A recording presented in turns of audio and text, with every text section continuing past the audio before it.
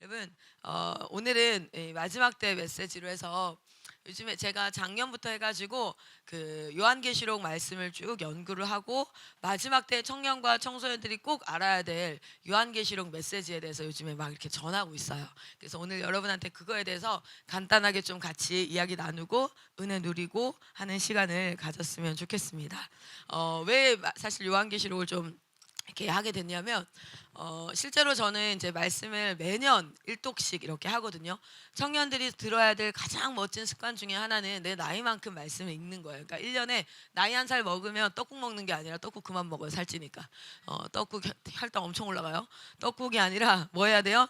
말씀을 한 1독씩 이렇게 꼭 해야 돼요. 근데 말씀은 이해가 되나 안 되나 그냥 말씀은 읽는 거예요. 그렇게 해서 말씀을 읽는데 그 말씀을 읽으면서 저는 이제 이번에는 요 말씀 읽고 나면 요 말씀을 좀 공부하고 싶다, 더 알고 싶다 하는 말씀들이 있어요. 항상 요한계시록은 그 중에 하나였는데 감히 덤비지 못했어요.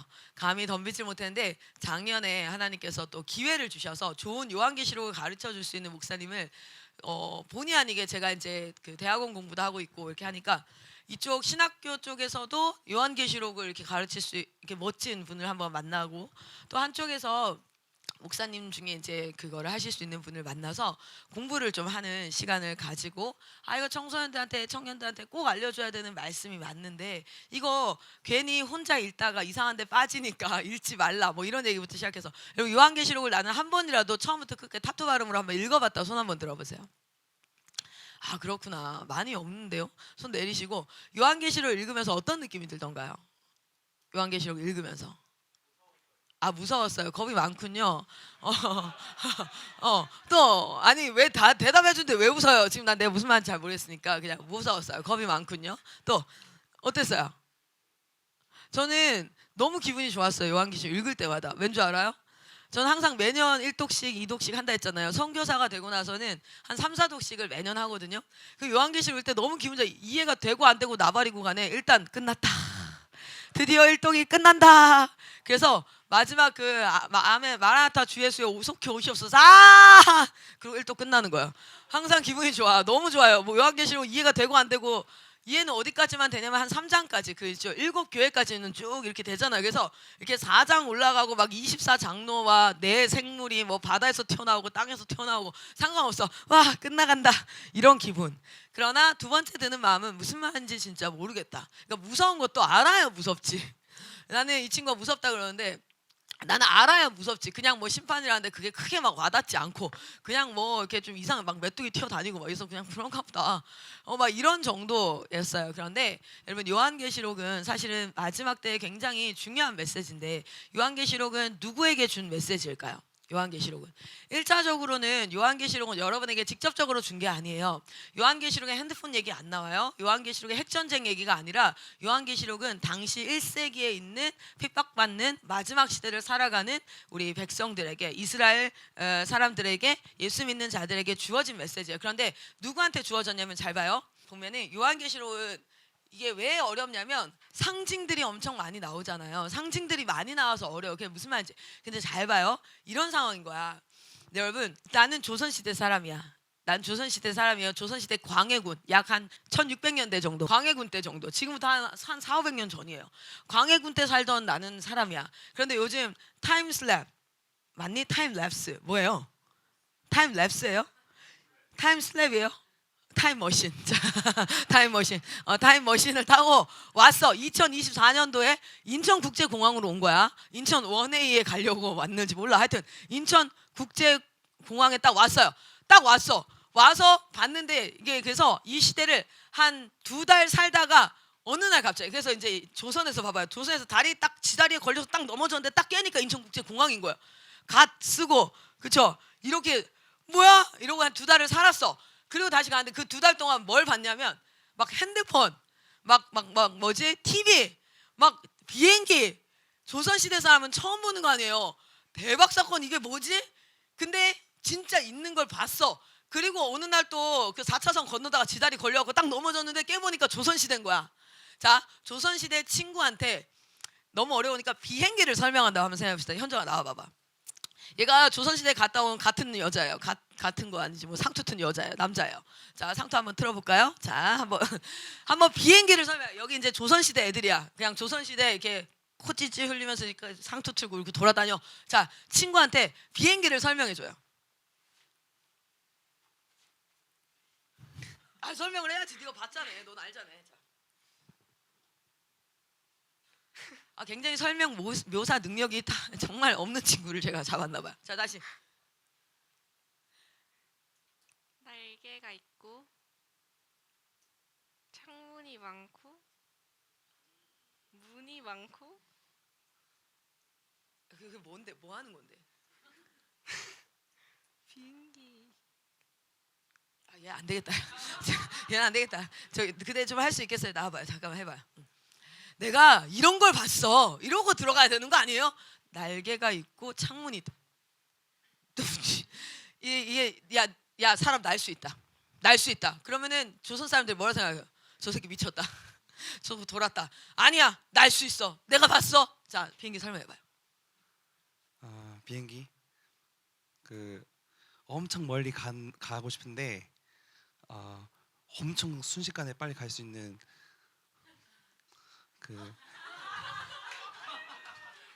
그 날개 확 있고 이렇게 해가지고 이렇게 해가지고 딱 가면 도착한다. 그 엄청 신기한 물건이 있다. 큰 이것도 미쳤다 이거. 자, 들어가세요. 생각해봐요. 근데 이 반응이 사실은 이 둘의 반응이 너무 당연한 게 조선시대 사람은 비행기를 본 적 있어요, 없어요? 없어. 날라다닌다는 생각을 해본 적 있어요, 없어요? 없어. 날라가기는 말 타고 다니고 있는데 가마 타고 다니고 있는데 생각해 본 적 없는데 얘네가 갔다 왔다? 그래서 야, 사람 날 수 있다? 어? 내가 갔다 왔는데 날 수 있어. 어떻게 나는데? 잘 봐. 비행기라는 게 있어. 그러니까 뭔데? 그러니까 되게 커. 새처럼 생겼다. 그래. 야, 새처럼 생겼어. 되게 큰데 새처럼 생겼거든. 좀 딱딱해. 새는 안 딱딱하잖아. 근데 걔는 딱딱해. 엄청 딱딱해. 근데 그 새 안에 속을 파. 그러면 그 안에 공간이 생기지. 그 옆에 옆구리쯤에 구멍을 하나 뚫어. 그리고 거기로 사람이 탄다. 한 100명이 타. 그리고 나서 그 새 옆구리를 닫아. 근데 그 큰 새가 날아. 아까 봤어. 얘저 미친놈 붕 날아. 그러면은 엄청 빨라. 그래서 한양에서 부산까지 하루도 안 걸려. 엄청 빨리 그냥 가. 새야 새. 근데 사실 새는 아니고 이름이 비행기인데 새는 새처럼 생겼어. 하얘. 근데 겁내 딱딱해. 더 엄청 튼튼해. 그 안에 공간을 파는 거야. 그 안에 사람이 들어가서 앉을 수 있어. 거기에. 그리고 옆에 문 딱 닫고 얘가 갑자기 날아. 확 날아. 그러면 이제 한양에서 어디 부산까지 바로 가. 그런 비행기가 있다니까. 그럼 이 사람이 뭐랄까? 이 새끼 미쳤다. 이거 곤란한 친구네. 여러분, 딱 이게 요한계시록이에요. 이게 요한계시록. 뭐냐면 우리는 한 번도 본 적이 없는 하나님의 나라. 여러분 봤어요? 조선 사람이 비행기 못 봤잖아. 본 적도 없고 들은 적도 없고 경험치도 없는 그 하나님의 나라와 우리 심판을 한번 봤습니까? 지금 요한계시록 뭘 얘기해 주냐면 하나님의 나라에 대해서 드려지는 예배와 그 하나님의 나라로부터 시작된 심판이 이 땅 가운데 임했을 때의 모습과 그리고 그 심판이 끝나고 나서 완성된 하나님의 나라, 이거를 환상으로 어떻게 하냐면 보여주세요. 환상으로. 요한계시록 1장을 한번 열어보세요. 요한계시록 1장.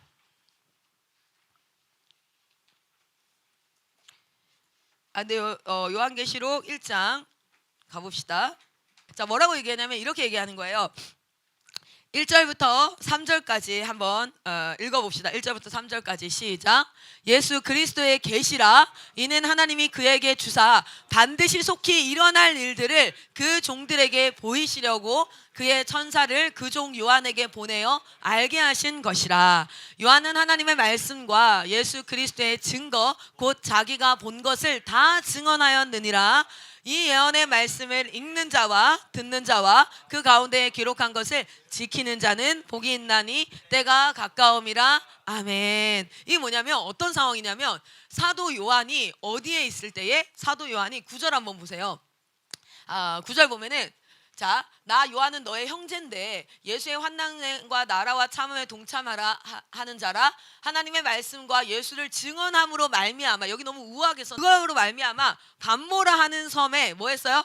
갇혀서 하루 종일 노동하는 거야. 하루 종일. 노동 말고는 할 게 없어요. 갇혀가지고 감옥에 있어. 감옥에 있는 상태에서 기도하고 있는데 기도하고 있는데 여기 주의 날이라고 얘기하는 건 뭐냐면 예배하는 날. 뭐예요? 우리가 부활하심을 증거하면서 예수 그리스도를 기억하는 그 주의 날에 내가 지금 뭐 하고 있는 거야? 기도하고 있는데 갑자기 내 뒤에서 나팔 소리가 빵 이런 소리인지 모르겠어요. 하여튼 뭔 소리가 막 나는 거야. 소리가 날 수가 없는데 그러고 딱 돌아봤더니 이렇게 나오죠. 그러고 나서 딱 뒤로 돌아봤더니 내 뒤에서 나팔 소리 같은 큰 음성이 나. 그래서 그 소리가 뭐라고 하냐면 야 네가 보는 것을 두루마리에 다 써라. 써서 에베소, 서머나, 버가모, 두아디라, 사데, 빌라델비아, 라오디게아 교회에 보내라. 그래서 이게 무슨 소리야 하고 뒤를 딱 돌이켜서 보니까 나에게 말한 사람이 서 있는데 이상한 사람이 서 있는 거야. 이상한 사람이. 자, 그렇게 시작되는 거예요. 자, 보세요. 요한계시록은 4번의 환상, 씬이 4번 옮겨져요. 첫 번째 씬은 언제냐면 반모섬에서 기도하고 있는데 나팔 소리 빵 나. 그리고 딱 돌아봤을 때 환상이에요. 그게 첫 번째 환상. 그 환상이 끝나고 나니까 너무 놀랍잖아. 이러고 있는데 하늘이 열려요. 하늘 문이 열려서 거기를 딱 쳐다봤더니 그 위서부터 뭐라냐면 올라오라. 그래서 장면이 두 번째 환상으로 올라가는데 어디냐면 하늘 예배, 하늘 보좌, 하늘에 있는 그곳으로 하나님의 전으로 올라갑니다. 거기서 보는 거예요. 그게 굉장히 좀 길어요. 그리고 나서 광야로 얘를 데려가. 이분을 얘를 하면 안 되겠지? 광야에서 이 땅이 마지막에 어떻게 멸망하는지를 쫙 보여줘. 그리고 다시 어느 산으로 이렇게 가요. 그러고 나서 거기서 그 멸망이 끝나고 나서 하나님의 나라가 당시에는 산이 제일 높은 곳이니까 그 높은 곳에서 하늘의 하나님의 나라가 이 땅 가운데 어떻게 임하는지를 보여주고 끝나. 그래서 4번의 환상인데 봐봐요. 한 번도 본 적이 없어. 한 번도 본 적이 없고 한 번도 경험한 적이 없는 거를 뭐 해야 돼요? 써서 내가 본 그대로 그걸 써서 설명을 해줘야 돼. 대박. 비행기를 하나 설명을 해도 본 적이 없는 비행기를 조선시대 사람한테 설명하려면 자 잠깐만 내가 잠깐 팔 걷고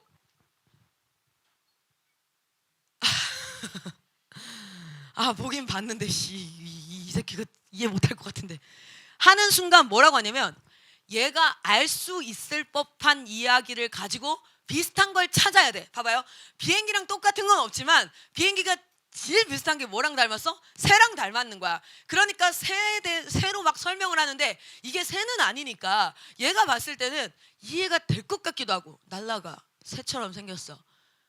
근데 왜 옆구리를 왜 파는 거야 저 새끼는. 진짜 왜 거기 사람을 왜 타는 거야.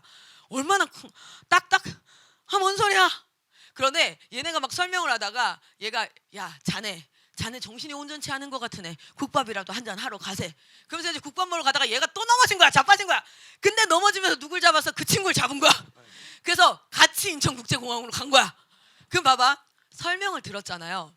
들을 때는 새도 알고 새가 난다는 것도 알고 사람이 날 수 있다 말도 안 되고 상상도 안 되고 무슨 말인지 잘 모르겠고 에이씨 뭐라는 거야. 저거 내가 봤을 땐 저거 너무 과거 시험에 집착해가지고 저거 지금 정신이 나갔구만 이랬는데 딱 넘어져서 2024년도에 비행기를 만나는 순간 이 친구가 어땠을까? 새네. 근데 겁내 크네. 옆구리에 구멍이 뚫려있네. 사람들 들어가네. 날아가네. 야 네가 말한 게 저거였구나. 네가 말한 게 저거였구나 라는 걸 알 수 있게 돼요.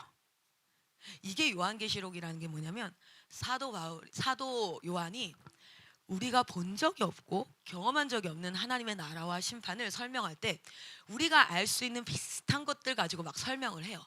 홍보석, 녹보석 막 이렇게 얘기하는데 우리 상상돼요? 홍보석, 녹보석. 날개가 달렸는데 날개의 앞과 뒤에 눈이 있다. 날개와 앞과 뒤에 눈이 가득. 미친 거 아니지? 눈은 여기 있어야 되잖아. 아니 가오리가 아무리 멀어져도 여기까지밖에 없는데 눈이 왜 날개와 그리고 얼굴이 4개. 네? 사자 얼굴과 소의 얼굴과 곰의 얼굴과 사자도 알고 곰도 알고 사람도 알고 소도 아는데 내 생물. 네? 심판. 모르겠는 거지. 근데 설명은 해. 어떻게 해요? 우리가 알고 있을 법한 것들 가지고 설명하는데 잘 몰라. 근데 봐봐요. 우리가 인생을 살면서 다니엘처럼 죽을 수 있어요. 그렇죠? 그런데 마지막 심판이 일어날 때 우리가 그게 들은 바가 있으면요. 딱 보는 순간 이건가 보다. 이거였구나. 대박. 이거네. 분별이 가능해요. 분별이. 요한계시록은 왜 썼냐면 그 당시에 이해하라고 쓴 게 아니에요. 그 당시에 이해하라고 쓴 게 아니라 내가 홍보석도 모르겠고 녹보석도 모르겠고 사자머리고 뭐 황충이고 메뚜기고 이런 거 잘 모르겠는데 요한은 뭐를 근거로 썼냐면 요한은 이걸 근거로 써요. 다니엘서나 에스겔서 쓰지 않았지만 이사야서나 스가랴서나 이 예언서에 나와 있는 그것들을 근거로 그것들과 비슷한 것들을 해가지고 야 이런 거야 저런 거야. 근데 사실 완전히 그거일까 아닐까요? 아니에요. 그런데 그걸 근거로 써서 이런 게 있어. 그러면은 이 지금 핍박받는 이스라엘 백성들은 뭐냐면 이 일이 진짜 일어날 거구나. 하나님이 요한계시록 통해서 말씀하시는 건 뭔지 알아요? 일단 첫 번째는 하나님의 교회가 세워질 거라는 것과 이 세상이 심판받을 거라는 것과 하나님의 나라가 완전히 세워질 거다라는 것들에 대해서 말씀하기 때문에 내가 하나하나 상징들이 다 이해되지 않아도 이 일은 일어날 거야 라는 걸 믿는 거지. 이 친구가 비행기가 뭔지를 정확하게 이해해서 그런 거구나 라는 것을 친구의 설명을 듣고 써놓은 걸 보고 이해할 수는 없지만 후대에는 우리가 인생을 살면 후대에는 나중에는 비행기라는 물체가 생겨서 정말 날아다닐 수 있구나라는 이 친구의 말을 신뢰하는 거예요. 그런 것처럼 요한계시록은 그렇게 계속 읽으면 무슨 말인지 잘은 모르겠는데 일부는 깨달아져요. 일부는. 봐봐요. 비행기가 날아다니는 거라는 거 정도는 인식이 되어져요. 비행기가 사람들을 이동시킬 수 있다, 날릴 수 있다라는 것들은 이해가 되어져요. 생긴 게 새처럼 생겼구나라는 것도 이해가 되지만 정확하게는 안 되지만 가서 실제 그 시대의 비행기를 보는 순간 깨달아지고 분별되고 이거구나라고 이해가 되는 것처럼 마지막 때를 살아가는 성도들에게 앞으로의 일들이 정확하게 다 이해되진 않지만 이런 일이 있을 거야 라는 것들을 알게 하셔서 그 일을 겪을 때에 이 상황이구나. 그러면 이 상황에서 하나님이 우리에게 명령하신 바를 우리가 따르고 할 수 있는 분별력이 생기게 되는데 아예 조선시대에서 그 얘기도 듣지 못했던 사람은 이거에 대해서 일어나면 모른단 말이에요. 그래서 사단의 마지막 때의 계략이 뭐냐면 하나님이 마지막 때를 살아가는 성도들에게 주신 가장 귀한 책인 이 요한계시록을 뭐하고 하도록 읽지 마라. 손도 대지 마라. 무섭다. 어렵다. 이렇게 되도록 만드는 거예요. 근데 요한계시록은 풀리는 비밀이 뭐냐면 사실은 창세기에서부터 요 앞에 유다서까지 앞에 나오는 말씀을 근거해서 이미 이루어진 사건들 있죠. 이미 이루어진 사건들을 근거해서 얘네들을 설명해 주고 있기 때문에 요한계시록만 보면 사실상 이해가 어렵고 전체적인 것들을 같이 봐야 돼. 한번 말씀을 보도록 할게요. 한번 보시면 이 요한계시록이 기록될 당시를 간단히 설명하면 예수님이 33년에 그렇죠? 예수님이 33년에 부활 승천하세요. 33년에 부활 승천하시고 나서 그리고 나서 언제입니까? 약 한 20년 뒤에 기독교에는 엄청난 박해가 시작됩니다. 그게 바로 뭐냐면 네로 황제 박해다라고 하는데 20년 뒤에 있고요. 그리고 나서 또 약 한 20년 정도가 그래도 좀 괜찮게 살아요. 20년에서 30년 정도가. 그러다가 도미티안 박해라고 이거도 진짜 기독교에서 기록될 만큼 엄청난 박해가 두 번 있어요. 요한계시록은 언제냐면 도미티안 박해가 언제 시작되어지냐면 AD 90년경에 시작되어지고요. 요한계시록이 기록된 시기는 약 95년경이에요. 근데 사실은 이게 언제 끝나냐면 도미티안 박해는 96년에 끝이 나요. 그러니까 봐봐요. 도미티안 박해 때 어땠냐면 다 죽었어. 예수 믿는다는 이유로 다 죽었어. 엄청난 핍박을 받았어요. 그러니까 코로나가 우리는 언제 끝날지 몰라요. 지금 보면은 코로나가 언제 끝나요? 2019년에 시작해서 약 한 2022년 정도까지만 이어지고 그리고 나서는 뭐가 됐습니까? 제너럴하게 뉴노멀이 됐잖아요. 그렇죠? 그렇게 끝나지만 그 당시에는 1년 동안 예배를 못 드렸어. 2년 예배를 못 드렸어. 언제 끝나지? 그런 상황이에요. 우리가 지금 봤을 때는 6년 정도 지속이 되는데 5년까지 왔는데 극심해지기 시작해요. 근데 갑자기 도미티안이라는 황제가 갑자기 96년도에 죽어요. 그러면서 이게 바뀌는 거야. 그러면서 박해가 없어졌는데 정말 심하게 어떻게 했냐면 나랑 오늘 예배드린 이 친구가 사자한테 물어뜯기고 죽고 그러면 어떤 두려움이냐면 얘가 혹시 나를 불었을까? 얘가 혹시 나를 불었을까? 여러분 익투스 알죠? 익투스. 익투스가 뭡니까? 익투스가 물고기인데 사실 익투스가 뭐예요? 주는 그리스도시요 살아계신 하나님의 아들입니다의 앞 글자를 다 뜨면 익투스가 돼요. 그래서 그 모양을 딱 그리면 뭐예요? 나는 이 고백을 따르는 사람입니다 라는 뜻으로 막 은어를 써가지고 그렇게 암호를 만들어서 살아야 될 만큼 서로가 서로를 불까 싶어가지고 막 무섭고 진짜 한 예를 들면 이랬다잖아요. 자녀들 그러니까 아빠를 가장 고통스럽게 하는 건 뭡니까? 아내와 자녀들을 자기 보는 앞에서 굶주린 사자가 자기 아들과 딸을 찢어 먹는 것을 눈에 보여주는 거예요. 근데 자녀가 한 명, 두 명이 아니잖아요. 한 세 명, 네 명 이렇게 있으면 그러면 한 자녀를 그렇게 마루타로 딱 죽여요. 그리고 나서 얘기하는 겁니다. 다음 자녀도 죽일 건데 네가 너 그 카타콤 있죠? 카타콤이 그때는 진짜 깊어져서 지하 20층까지 갔다 그러죠? 그거에서 불면 내가 니네 자녀들은 살려줄게. 그리고 얘가 머뭇거려요. 그러면 또 한 명을 죽이는 거예요. 그렇게 늑대가 사자가 그리고 개가 뭐 하는 겁니까? 찢어서 그 앞에서 그냥 죽이는 거예요. 아빠 살려달라고 막 외치는 그 자리 가운데서 우리는 이거를 이 뜨끈뜨끈한 방에서 뜨끈뜨끈하진 않을 수 있어요. 이 방에서 그냥 이러고 들으니까 뭐 그런가 보다 또는 아유 안타깝다. 내일이 돼봐요. 안타깝고 나발이고 가네. 그런 상황 가운데 사도 요한은 당시의 지도자였어요. 영적 지도자 뭐냐면 목사님이에요. 목사님으로 자기 교회 성도들이 그렇게 죽어간다 했을 때 뭐밖에 할 게 없어요. 아무런 무기력함의 극치예요. 무력함의 극치. 내가 할 수 있는 거 아무것도 없어. 성도들한테 고난을 견디라는 설교조차도 하기가 정말 너무 부담스러울 만큼 그런 상황 가운데 오늘도 누가 죽었다. 오늘도 누가 연락이 안 된다. 그런 상황 가운데 얼마나 간절하게 기도했겠어요. 하나님 앞에. 하나님 살려주세요. 하나님이 살아계심을 나타내 주세요. 하나님이 살아계시면 이거 해주셔야 되지 않습니까? 얼마나 많은 자들이 박해 때문에도 떠나가지만요. 진짜 그리스도인이 힘든 건 뭔지 알아요? 고난 가운데 하나님이 침묵하실 때 돌아버려요. 진짜 돌아버릴 것 같은 거지. 그런 상황 가운데 뭐 하는 겁니까? 결국 사도 요한도 반모섬으로 끌려가죠. 그리고 나서 거기서 노역하면서 이렇게 지내는데 그게 끝날 쯤에 그 고난이 끝날 쯤에 뭐가 임한 거예요? 하나님의 말씀이 임한 거예요. 여러분 이때 얼마나 사도 요한이 감사했겠습니까? 여러분 저는 어렵고 힘들 때마다 진짜 힘들 때 제가 코로나로 진짜 힘들 때 코로나 때문에 IM 성교회가 완전 악의 축이 되고 기독교 다 욕먹이는 대표 주자 되고 기독교인들에게도 욕먹고요. 넌 크리스찬들에게도 욕먹고 쓰레기다. 악의 축이다. 없어져야 된다. 암적인 존재다. 댓글 막 그렇게 달리고 막 그럴 때 그때에 진짜 제가 어떤 생각이 드냐면 내가 뭘 잘못했다.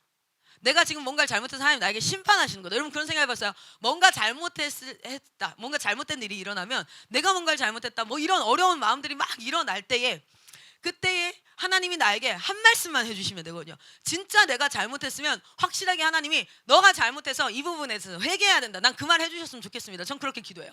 아니면 하나님이 뜻하신 바가 있다면 혜진아 잠잠해라 안심해라 내가 너를 통해서 할 일이 있다. 이렇게 얘기해 주십시오.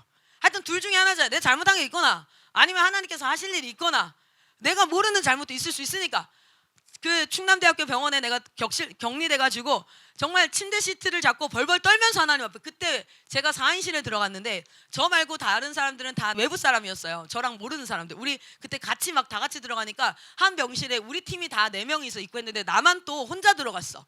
그런데 생각해봐요. 뉴스에서 여러분 격리하면요 아무것도 할 거 없어. 핸드폰 유튜브밖에 안 해요. 유튜브밖에 안 해. 그럼 걔네가 유튜브를 보고 있는데 자기가 충남대학교 병원인데 충대 바로 옆에서 코로나 대박 140명 터졌다. 그러면은 그 다음날 뉴스 나오고 그 다음날 들어오는 애들은 다 누굴 거예요? 다 거기 애들 있고 아니에요. 그런데 저는 이제 대표니까 경찰이 방호복 입고 들어와서 사인 받아가고 뭐 서류 받아가고 막 계속 그래. 그러니까 어떤 일이 있었냐면 걔네가 유튜브 겁내 크게 틀어놔. 나 들으라고. 막 이거 MBC 뉴스랑 뭐 JTBC 뉴스랑 막 엄청 크게 틀어놓고 영상통화 지 친구랑 하면서 여기 있다고 자기 거기 있는 애랑 거기 있는 관계자랑 같은 방이라고 겁내 크게 하면서 완전 뭐 저 진짜 병실에서 쓰레기다 이런 얘기도 듣고 막 진짜 근데 걔네한테 내가 응대할 물론 제 승질에 따라서는 야 입 다물어 이렇게 하고 싶지만 난 그리스도인이고 이미 다 지금 걔네한테 응대할 그게 없어요. 막 이렇게 얘기하는데 진짜 내가 잘못한 게 있구나. 내가 지금까지 사역 잘못했구나. 하나님이 참다 못해서 나한테 이렇게 하시는 거구나. 이런 생각도 막 들고 너무 억울하기도 하고 막 이런 상황 가운데 제가 뭐냐 하나님 한 말씀만 해주세요.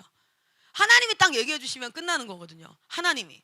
그래서 그때부터 창세기부터 말씀 읽기 시작해서 하나님 저에게 딱 한 말씀 하셨어요. 스가랴 말씀을 통해서 뭐라고 얘기했냐면 너 열방사역 할 거야. 내가 너와 함께 있다는 걸 사람들이 알게 될 거야. 딱 그 말씀 해주시니까 그 상황이 하나도 안 바뀌었거든요. 그런데 제가 어떻게 되냐면 안심. 이게 내 죄 때문이 아니라 내가 뭔가 이게 아니라 사람은요 원래 잘못 안 해도 캥겨요. 그거 알아요? 여기서 뭐 물건이 없어졌어. 초등학교야. 근데 어떤 애가 물건 없어졌대. 야, 다 머리 위로 손 올려. 가방 검사할 거야. 그럼 어떤 마음 드는 줄 알아? 나 안 훔쳤거든? 근데 머리 위로 손 올리면 어떤 불안함이 드냐면 내 가방에 있으면 어떡하지? 내가 정신 나가가지고 혹시 내가 잠깐 이성을 잃고 그 누워서 갑자기 막 아니 나 진짜 안 훔쳤어. 나 그냥 화장실에서 똥 싸고 들어왔는데 갑자기 손 들고 내 가방에서 나오면 어떡하지? 뭐 이런 마음이 들어. 원래 사람은 죄인이기 때문에 죄책이 항상 이 안에 존재한단 말이에요. 그래서 어떤 일만 생기면 뭐냐면 죄책이 와요. 내가 뭐 잘못한 거 아니야? 그런데 그때 하나님 말씀하셨어요. 내가 너와 함께 있다는 것을 말이 다른 이방 사람 여럿이가 알게 될 거야. 그러고 나니까 제가 엄청 당당해지는 거죠. 그리고 나서 하나님 앞에 그 길을 걸을 수 있어요. 어떤 일이든지 간에 만나면 하나님 말씀으로 약속 주셔야 되거든요. 할렐루야. 요한은 그게 없었던 거예요. 요한은 그게 없이 5년간이 지속되는 거야. 성도들은 힘들어서 막 날리고 죽어나가고 내가 살아있는 게 미안할 정도로 하나님이 죽은 것 같아. 내가 믿는 하나님이 5년째 안 나타나요. 5년째 말씀이 없어. 그럼 진짜 이건 아닌 것 같은 생각이 드는 그때에 임하는 거예요. 그때에 임해서 무슨 얘기를 하냐면 자 봅시다. 그때에 나타나셔서 4가지 환상을 얘기해 줘요. 이 4가지를 우리가 좀 알 필요가 있어요. 1장 9절에서부터 3장 22절까지 뭐를 하시냐면 첫 번째는 딱 나타나셔서 나팔 소리 쫙 들리니까 이거 다 기록해서 이 교회들한테 보내라 딱 얘기했을 때 그래서 깜짝 놀라서 사도 요한이 드디어 여러분 제가 스가랴에서 말씀을 하나님 주셨을 때 딱 그 느낌이었어요. 드디어 하나님 나에게 말씀을 주신다. 그래서 진짜 여러분 믿는 자들은요 교회 출석하는 자들이 아니에요. 하나님 앞에 말씀으로 통치함을 받는 자들이에요. 그래서 이 말씀을 받아야 돼. 예배 때도 공적으로 선포하는 말씀을 우리가 아멘하는 이유가 뭐냐면 그거 나에게 그 뜻대로 이루어 주십시오라는 믿습니다라고 내가 캐치하는 거예요. 캐치. 아멘. 아멘. 근데 이게 사도 요한한테 한 말씀, 바울한테 한 말씀, 다니엘한테 한 말씀, 요셉한테 한 말씀을 하나님 내게도 동일하게 하나님이 딱 약속 주시잖아요. 그건 반드시 이루어져요. 아멘. 그래서 이렇게 딱 있는데 그래서 돌아봤더니 누가 있어요? 예수님이 서 있는 거예요. 예수님이. 근데 잘 봐봐요. 사도 요한이 기억하는 예수님의 모습은 어떤 모습일까? 일어나봐요. 오늘 어쩔 수 없어. 앞에 서가지고 어쩔 수 없다. 일어나봐. 근데 저쪽이랑 더 닮았을 것 같은데 저기가 성별이 여성이라서 어쩔 수 없어요. 일어나봐요. 예수님이 그 예수님 뭐냐면 몇 살이에요? 30살. 딱 좋아요. 딱 좋아요. 사도 요한이 생각했던 예수님은 약 30대 초반의 건장한 남성. 키가 얼마 되는지 잘 모르겠지만 본인이 3년 반 동안 같이 다녔잖아요. 그냥 사람이에요. 사람인데 머리가 조금 더 길고 키가 좀 더 컸는지 작은지 모르겠지만 그냥 이런 모습으로 가끔 나랑 똑같은 사람인데 말로 갑자기 사람을 고치기는 해. 근데 똑같이 생겼어. 이런 모습이야. 그러면 사도 요한이 그 반모섬에서까지 기억하는 예수님의 모습은 어떤 모습이요? 요 모습이에요. 자, 들어가 앉아주세요. 그런데 딱 돌아봤더니 어떤 예수님의 모습이 보이냐면 1장 한번 가보세요. 1장. 자, 1장 12절부터 18절까지 쭉 예수님의 모습을 표현하고 있는데 사실 16절까지 예수님의 모습을 표현하고 있어요. 12절에서 16절까지 같이 한번 읽어봅시다. 시작. 몸을 돌이켜 나에게 말한 음성을 알아보려고 돌이킬 때에 7 금촛대를 보았는데 촛대 사이에 인자 같은 이가 발에 끌리는 옷을 입고 그 가슴에 금띠를 띠고 그의 머리와 털의 희기가 흰 양털 같고 눈 같으며 그의 눈은 불꽃 같고 그의 발은 풀무불에 단련한 빛난 주석 같고 그의 음성은 많은 물소리와 같으며 그의 오른손에 7별이 있고 그의 입에서 좌위에 날선 검이 나오고 그 얼굴은 해가 힘있게 비치는 것 같더라. 아멘. 사람이에요? 아니에요? 정신 입에서 칼 나온대요.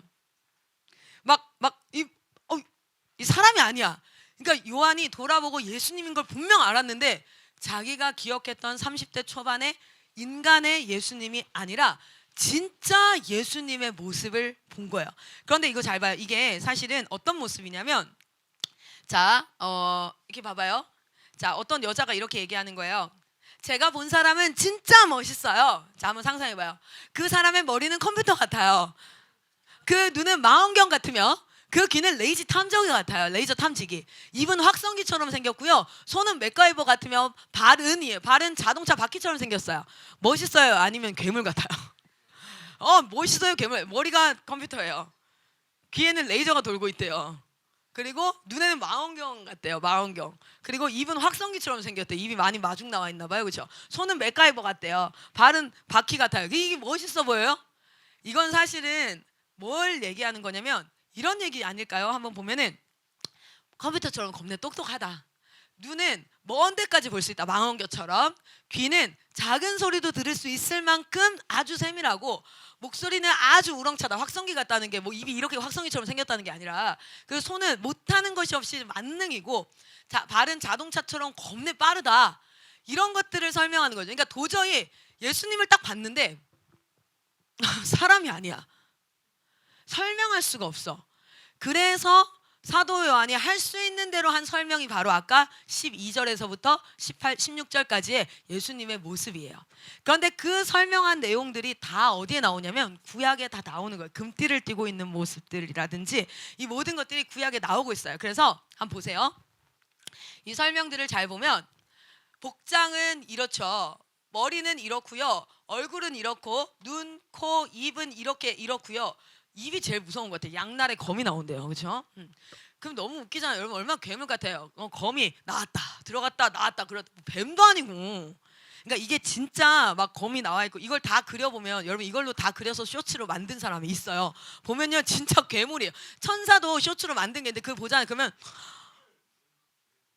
진짜 이건 아닌 것 같아. 막 이런 생각이 들 정도로. 근데 보세요. 손이 뭐 7별을 쥐고 있고 발이 이게 다 뭐냐면 다니엘서와 이사야서에 사실상 나오고 있는 거고 7별을 쥐고 있다는 건 요한계시록에 나와요. 요한계시록에 반복적으로 나오는 부분이에요. 그래서 이러한 하나님의 그러니까 이 영적인 진짜 예수님의 모습을 딱 보니까 와 이런 분이구나. 근데 이거를 우리가 다 이해돼야 안 돼요. 그냥 괴물 같을 거야. 그러나 우리가 계속 매년 읽고 이렇게 하면서 우리가 진짜 예수님을 하나님의 모습인 예수님을 보는 순간 우리가 상상하는 그 예수님 있죠. 이상하게 이렇게 예수님 인자 표정 짓고 이렇게 이런 이미지 봤어요? 구글에 들어가서 예수님 쳐봐요. 이렇게 나오잖아. 그게 아니라 진짜 하나님이신 예수님의 모습을 보면 이 말씀이 이거구나. 라는 걸 아는 날이 오게 될 거야. 할렐루야. 여러분 그날을 소망합니다. 자, 그래서 그렇게 뭘 보여주냐면 첫 번째는 제일 먼저의 환상에서는 뭘 보여주냐면 예수님이 어떤 모습인지와 그리고 7 교회에게 예수님이 보내는 메시지가 쭉 나와요.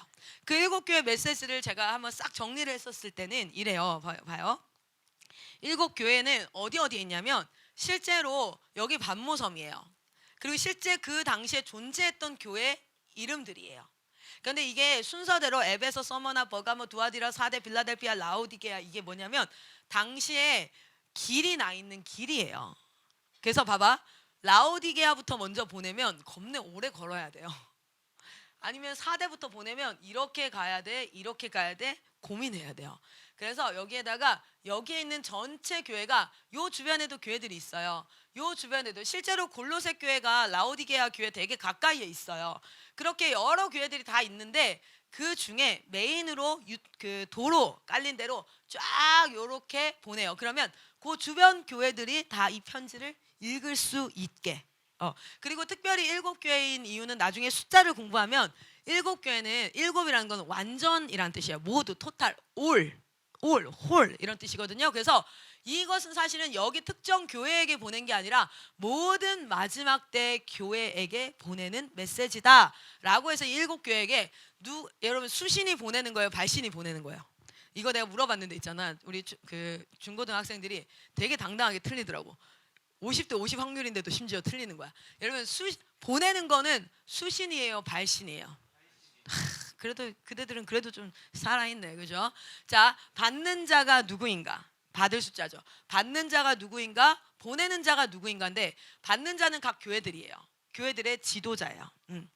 그런데 발신은요 예수님이 보내는 거거든요. 그런데 그 예수님의 모습을 되게 특이하게 설명하고 있어요. 그 7교회 예수님의 모습을 다 합하면 어떤 모습이 되는 줄 알아요? 사도 요한이 처음 봤던 예수님의 12절부터 16절까지의 모습이 다 합하면은 그 예수님의 모습이 딱 나와요. 자, 그리고 칭찬을 합니다. 너희가 잘했던 것을 칭찬합니다. 지난 5년간 또는 지난 시간간 잘했던 걸 칭찬해요. 왜요? Keep going. Keep going. 계속해라 하기 위해서. 그리고 책망을 해요. 그런데 우리는 불완전해. 지상의 교회는 불완전하기 때문에 잘 못하는 게 있어요. 그래서 그거를 책망을 해요. 책망을 하고 나서 이렇게 해라 라고 권면을 합니다. 그렇게 하면 너희에게 이런 약속을 줄게. 너희가 이걸 누리게 될 거야.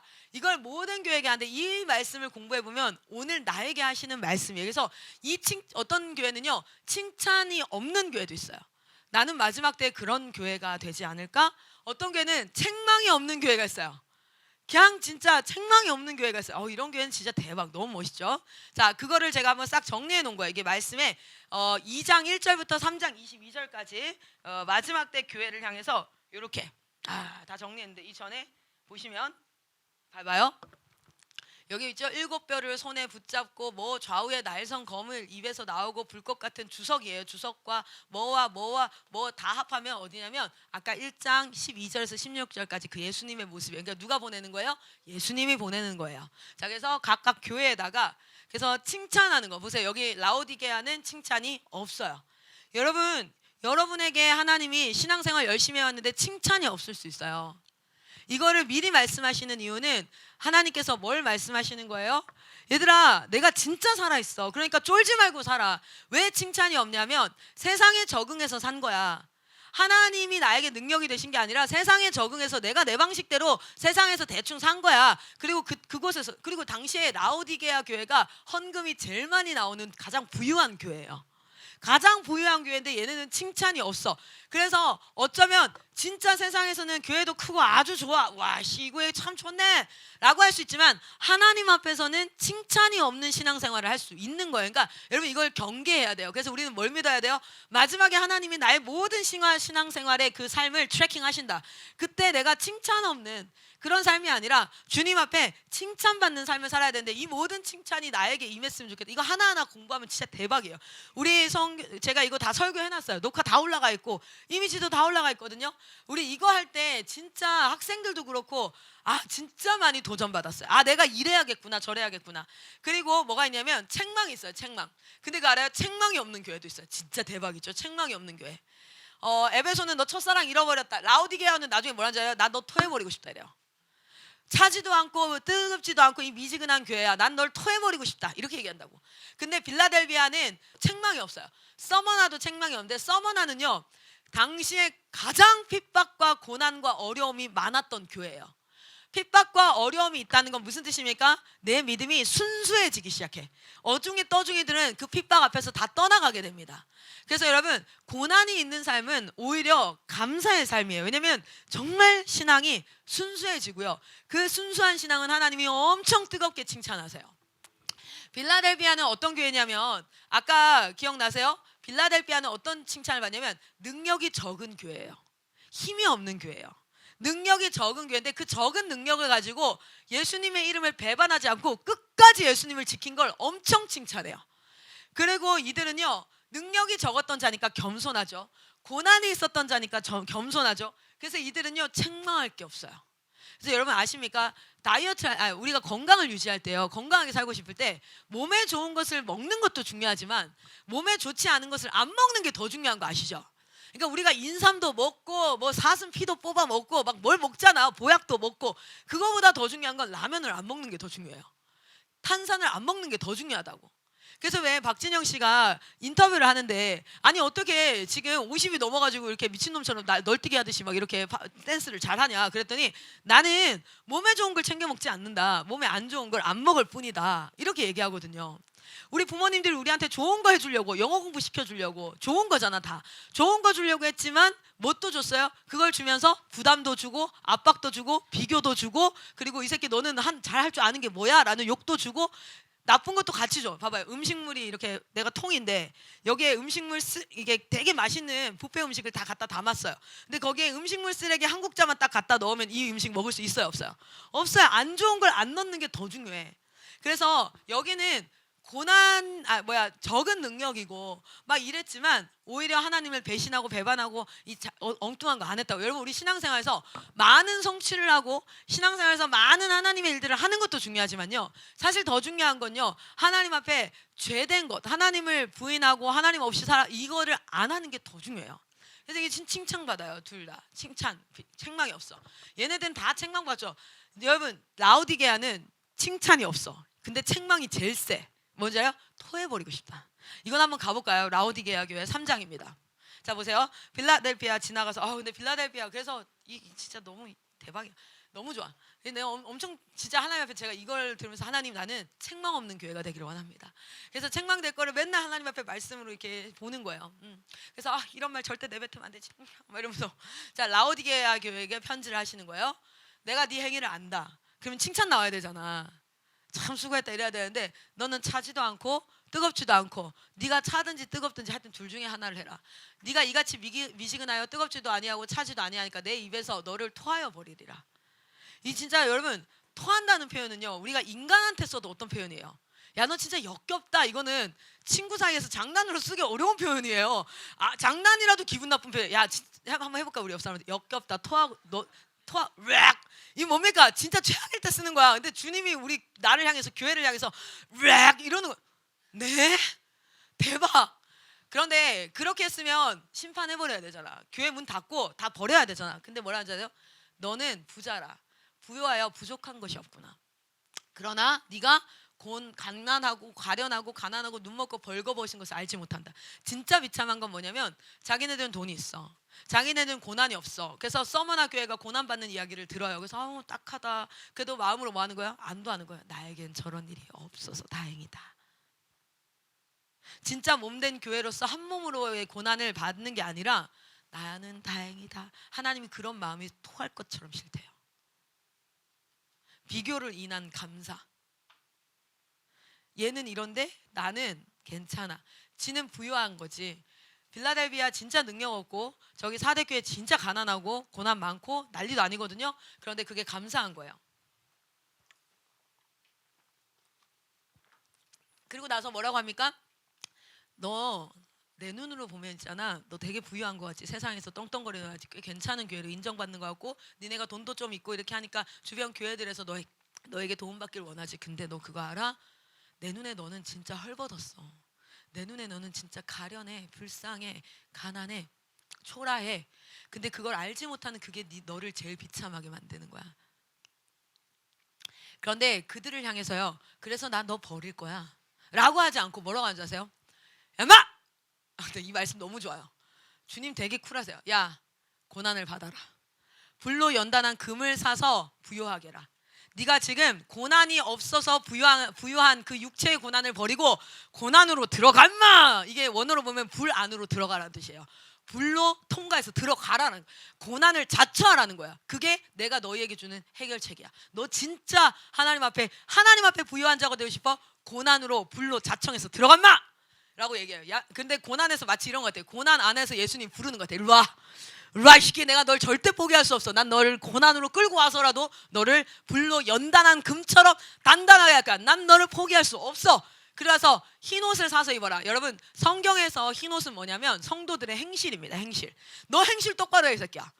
너 엄마 겉으로는 위로한 척하고 안에서는 안도의 한숨을 쉬면서 다행이다, 나에겐 저런 고난, 이런 소리 하지 말고 이 새끼야. 너 행실 똑바로 해. 말과 행동을 똑바로 하란 말이야. 그리고 나서 마지막에 뭐라 하죠? 야, 안약을 사서 눈에 발라. 야 인마, 안약 사서 눈에 발라. 이게 뭐냐면 내 눈이 밝아야 뭘 보고 돌이 있네, 넘어지. 이게 뭐냐면 눈은 분별하는 역할을 해요. 분별은 기준이 필요해요. 이게 무슨 뜻이냐면 하나님의 말씀으로 돌아가라는 거야. 말씀으로, 이 세상의 말씀의 안경으로 이걸 봐야지. 네가 돈과 세상의 물질주의의 안경으로 보니까 너는 부유해 보이지만 내가 말씀의 안경으로 널 보니까 너 겁내 가난해. 이게 뭐냐, 안약을 사서 눈에 발라라 이렇게 얘기를 해요. 그리고 나서 뭐라고 얘기합니까? 내가 사랑하는 자를 책망한다. 무슨 뜻이에요? 지금 책망했죠? 뭐 하는 거야? 하나님이 사랑한다라고 고백하는 거야. 널 토해버리고 싶을 만큼 네 행위가 악한, 그때 내가 너를 사랑해서 십자가에 죽었다. 내가 너를 사랑한다. 네가 죄 가운데 사단이랑 손잡고 뒹굴고 있어도 그래도 나는 너를 사랑한다. 나는 너를 포기할 수 없다 라고 말씀하시는 거야. 사랑하는 자를 책망한다. 그러니까 뭐예요? 열심히 회개해라.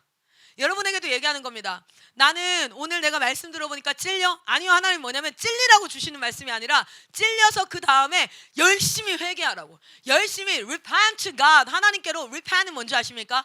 repent은 return이랑 똑같아요. 회개하다라는 뜻이 repent이라는 뜻이에요. repent가 원어로 보면 return이랑 똑같아요. 그래서 네가 가던 길을 돌아서라. 네 뒷꼭지에서 들리는 내 음성을 듣고 열심히 달려가던 그 길을 다시 돌아서서 주님께로 열심히 달려와라 이 얘기예요. 그리고 나서 뭐라는지 아세요? 이렇게 얘기해요. 나 네 앞에서 오늘도 녹화하고 있어. 돌아오라고. 볼지어다 내가 문 밖에 서서 오늘도 녹화하고 있어. 무슨 뜻이에요? 자기 마음 문 딱 닫고 하나님 밖에 그 추운데 저기 밖에 얼마나 추워요 지금 오늘. 바람 막 이렇게 불던데. 나 오늘 저기 통과해서 왔는데 어떻게 되냐면 2층에 잠깐 화장실 갔다 왔는데 내가 문 열고 딱 들어갔는데 어떤 상태였냐면 이렇게 됐어요. 애들이 깜짝이야. 클쌤이에요? 이렇게 이제 그 추운데 하나님이 세워놓고 나만 여기 따뜻한데 배부른 척 그러고 있는 거야. 근데 하나님 먼저요. 나 여기 끝까지 기다린다. 매 예배마다 하나님의 사람들을 통해서 계속 볼지어다 내가 문 밖에 서서 두드리노니 너가 내 음성을 듣고 문을 열면 내가 뭐냐면 가장 악한 교회에게 가장 뜨거운 사랑을 고백해줘요. 돌아오라. 주께로 돌아오라. 그렇게 7교회에게 하는 메시지를 이렇게 얘기하고는 뭐라고 얘기합니까? 마지막 한번 22절 읽겠습니다. 22절 같이 읽겠습니다. 시작. 귀 있는 자는 성령이 교회들에게 하시는 말씀을 들을지어다. 아멘.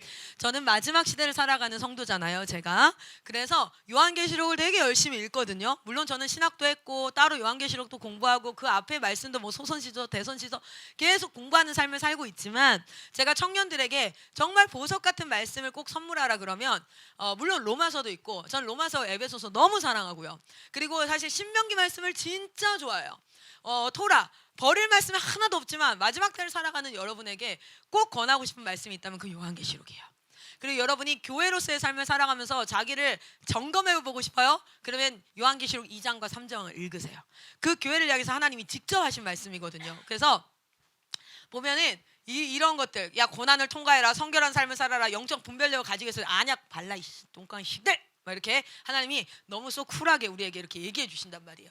그래서 이세발이 아니라 이세벨이고 이렇게 오타가 많냐면 이게 새벽에 만들어서 그래요. 이세벨이랑 니골라 이런 것들을 조금씩 어디에 이거는 민수기에 나오는 얘기예요. 이건 뭐예요? 역대상하 읽어보면 나오는 얘기야. 그걸 가지고 우리한테 네가 지금 이런 모습이 있어 이렇게 얘기를 해주시죠. 그리고 나서 우리에게 뭘 하냐면 권면을 쫙 해주시고 그러고 나서 네가 그렇잖아 그러면 약속 쫙 해주신단 말이에요. 우리는 뭐야 이 마지막 때 이 약속을 붙잡고 주님 앞에 제가 지금 오늘도 이렇게 달리는 이유가 뭐겠어요. 여러분 저도 고난이 엄청 많아요. 나름대로의 고난이 계속 오고 있어. 뭐 다 만사가 형통해서 이렇게 하나님 앞에 믿음으로 막 와 이렇게 달리는 게 아니라 매 순간순간 고난이 있어요. 그런데 내 사랑하는 사람들이 아프기도 하고 재정이 어렵기도 하고 사람들과 오해가 쌓이기도 하고 억울함도 있고 막 진짜 몸이 너무 피곤할 때도 있고 고난이 계속 있어. 그런데도 제가 왜 이렇게 힘있게 달려갈 수 있냐면 나는 내 아들한테 얘기해요. 필승아 엄마만큼만 살아. 너 엄마만큼 살기 쉽지 않다. 난 너의 롤모델이야. 그러면 저희 아이가 쌩까고 지나가는데 아직은 말이 안 통해요. 아직은 10살이라 가지고 엄마가 얼마나 멋있는지를 몰라. 그저 엄마는 그냥 간식 사줄 때 제일 멋있어 얘는. 그런데 알게 될 거예요. 여러분 저 같은 엄마 있으면 얼마나 좋겠어요. 그렇지 않아요? 쏙 쿨하지 않아요? 진짜 너무 멋있잖아요. 맞아요. 근데 이 새끼가 몰라. 진짜 왜 이러는 거야. 오늘 아침에도 엄마 어제 새벽 2시까지 말이야 어제 태국에 있는 해모라는 그 아이를 내가 막 이렇게 하고 왔으니까 필승이 이렇게 아침에 일어나 오늘 아침 뭐예요? 엄마가 그런 사역을 했다고. 오늘 콤프라이트 먹을래요.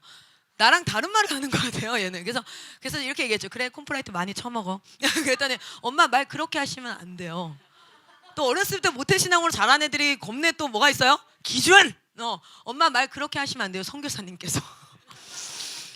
그래 너도 말 똑바로 해라. 내가 딱 지켜본다. 엄마 그렇게 말씀하시면 안 되는데 맙소사 진짜. 자 근데 이걸 바라보면서 가기 때문에, 왜냐면 이건요 이 교회한테만 준 약속, 이것이 아니라 이 교회가 바로 나예요. 그런데 나는 뭐 하고 싶냐면 책망 다 제거하고 싶어요. 그래서 우리에게 회개라는 이름을 주신 거 아세요? 그리고 난 칭찬 다 싸그리 모을 거야. 여러분, 하나님 앞에 이 마지막 때 멋진 교회로 살아가시기를 축복합니다. 자, 이게 뭐냐면 본격적으로 어떻게 시작하냐면, 자 봅시다. 네 가지 환상이라 그랬잖아요. 첫 번째 환상이 뭐였어요? 예수님이 누구인지가 딱 보여지고, 그리고 나서 7 교회에 대해서 얘기를 해요. 자, 그 다음이 뭐냐면 이게 이렇게 그 다음에 하늘문이 있어요. 하늘문. 이게 이제 4장 1절에 딱 나오거든요. 하늘문을 통해서 딱 올라가잖아요. 그러면 4장 1절부터 16장까지 엄청 긴 어떤 한 여정이 시작돼요. 이 환상이 제일 길어요. 이 환상에 메뚜기 들어가 있고 막 음료 666 14만 4천 하여튼 다 들어가 있어. 이거 풀면 그 다음이 뭐냐면은 좀 짧지만 17에서 18장 19장까지 사실 이어지기도 하지만 나머지를 19장에서 22장 정도로 볼 수 있어요. 한번 볼게요. 제가 되게 빠르게 러프하게 긁는데 이게 진짜 실제로 제가 영상을 다 찍어놨어요. 애들한테 다 설계해놨어요. 그래서 여러분 가셔서 자료도 내가 한번 다 띄워드릴게요. 그걸로 좀 공부하세요. 그리고 제가 올해 지금 우리 본부는 7장까지 요한계시록을 공부했어요. 이제 8장 들어갈 텐데 올해가 끝나기 전에 22장까지 다 갈 거예요. 그리고 나서 청소년들한테 말씀 붙잡아라, 요한계시록 붙잡아라 이렇게 얘기할 거예요. 봅시다. 그렇게 첫 번째 환상이 2가지였죠. 예수 그리스도와 지상에 있는 교회야. 지상에 있는 교회는 항상 뭐예요? 따라합니다. 불완전. 자 봅시다. 여기는 마지막 때 환상 4개를 조금 더 심플하게 보자면 이렇게 나와 있어요. 첫 번째 환상은 교회에게 주는 메시지예요. 마지막 환상도 교회에게 주는 메시지예요. 이거는 두 번째 환상은 세상에게 주는 메시지예요. 이것도 세상에게 주는 메시지예요. 자, 그런데 여기 첫 번째 교회는 어떤 교회냐면 지상의 교회예요. 지상의 교회는 어떤 교회라고 표현할 수 있냐면 첫 번째, 불완전한 교회예요. 아직 완성되지 않았어요. 여러분의 모습을 보세요. 예수 믿는 자라고 얘기하지만 하나님의 자녀로서 합당합니까? 얼마나 힘없고 찌질하기도 하고 때로는 비겁하기도 하고 때로는 겁내 하나님 앞에 뜨겁게 간과 쓸개를 다 내줄 것 같다가도 수련회가 끝나는 순간 어떻게 됩니까? 세상 앞에서 처참하게 무너지기도 하고 불완전해요. 불완전. 그런데 그 교회를 하나님께서 사랑하셔요. 그런데 그래서 우리는 어떤 교회냐면 따라합니다. 전투하는 교회. 맞습니다. 전투하는 교회예요. 영적 전쟁이 있는 교회예요. 영적 전쟁. 엄청나게 싸워야 돼. 이 영적 전쟁의 대상을 제가 나중에 한번 말씀드릴게요. 자, 그런데 네 번째 환상의 교회는요, 지상 교회가 아니라 천상의 교회예요. 천상의 교회는 이미 그 영적 전투와 불완전에서 첫 번째 완전한 교회입니다. 완성된 교회입니다. 완성된 교회의 모습을 보여주고요. 두 번째는 뭘까요? 전투하는 교회에서 이미 승리한 교회예요.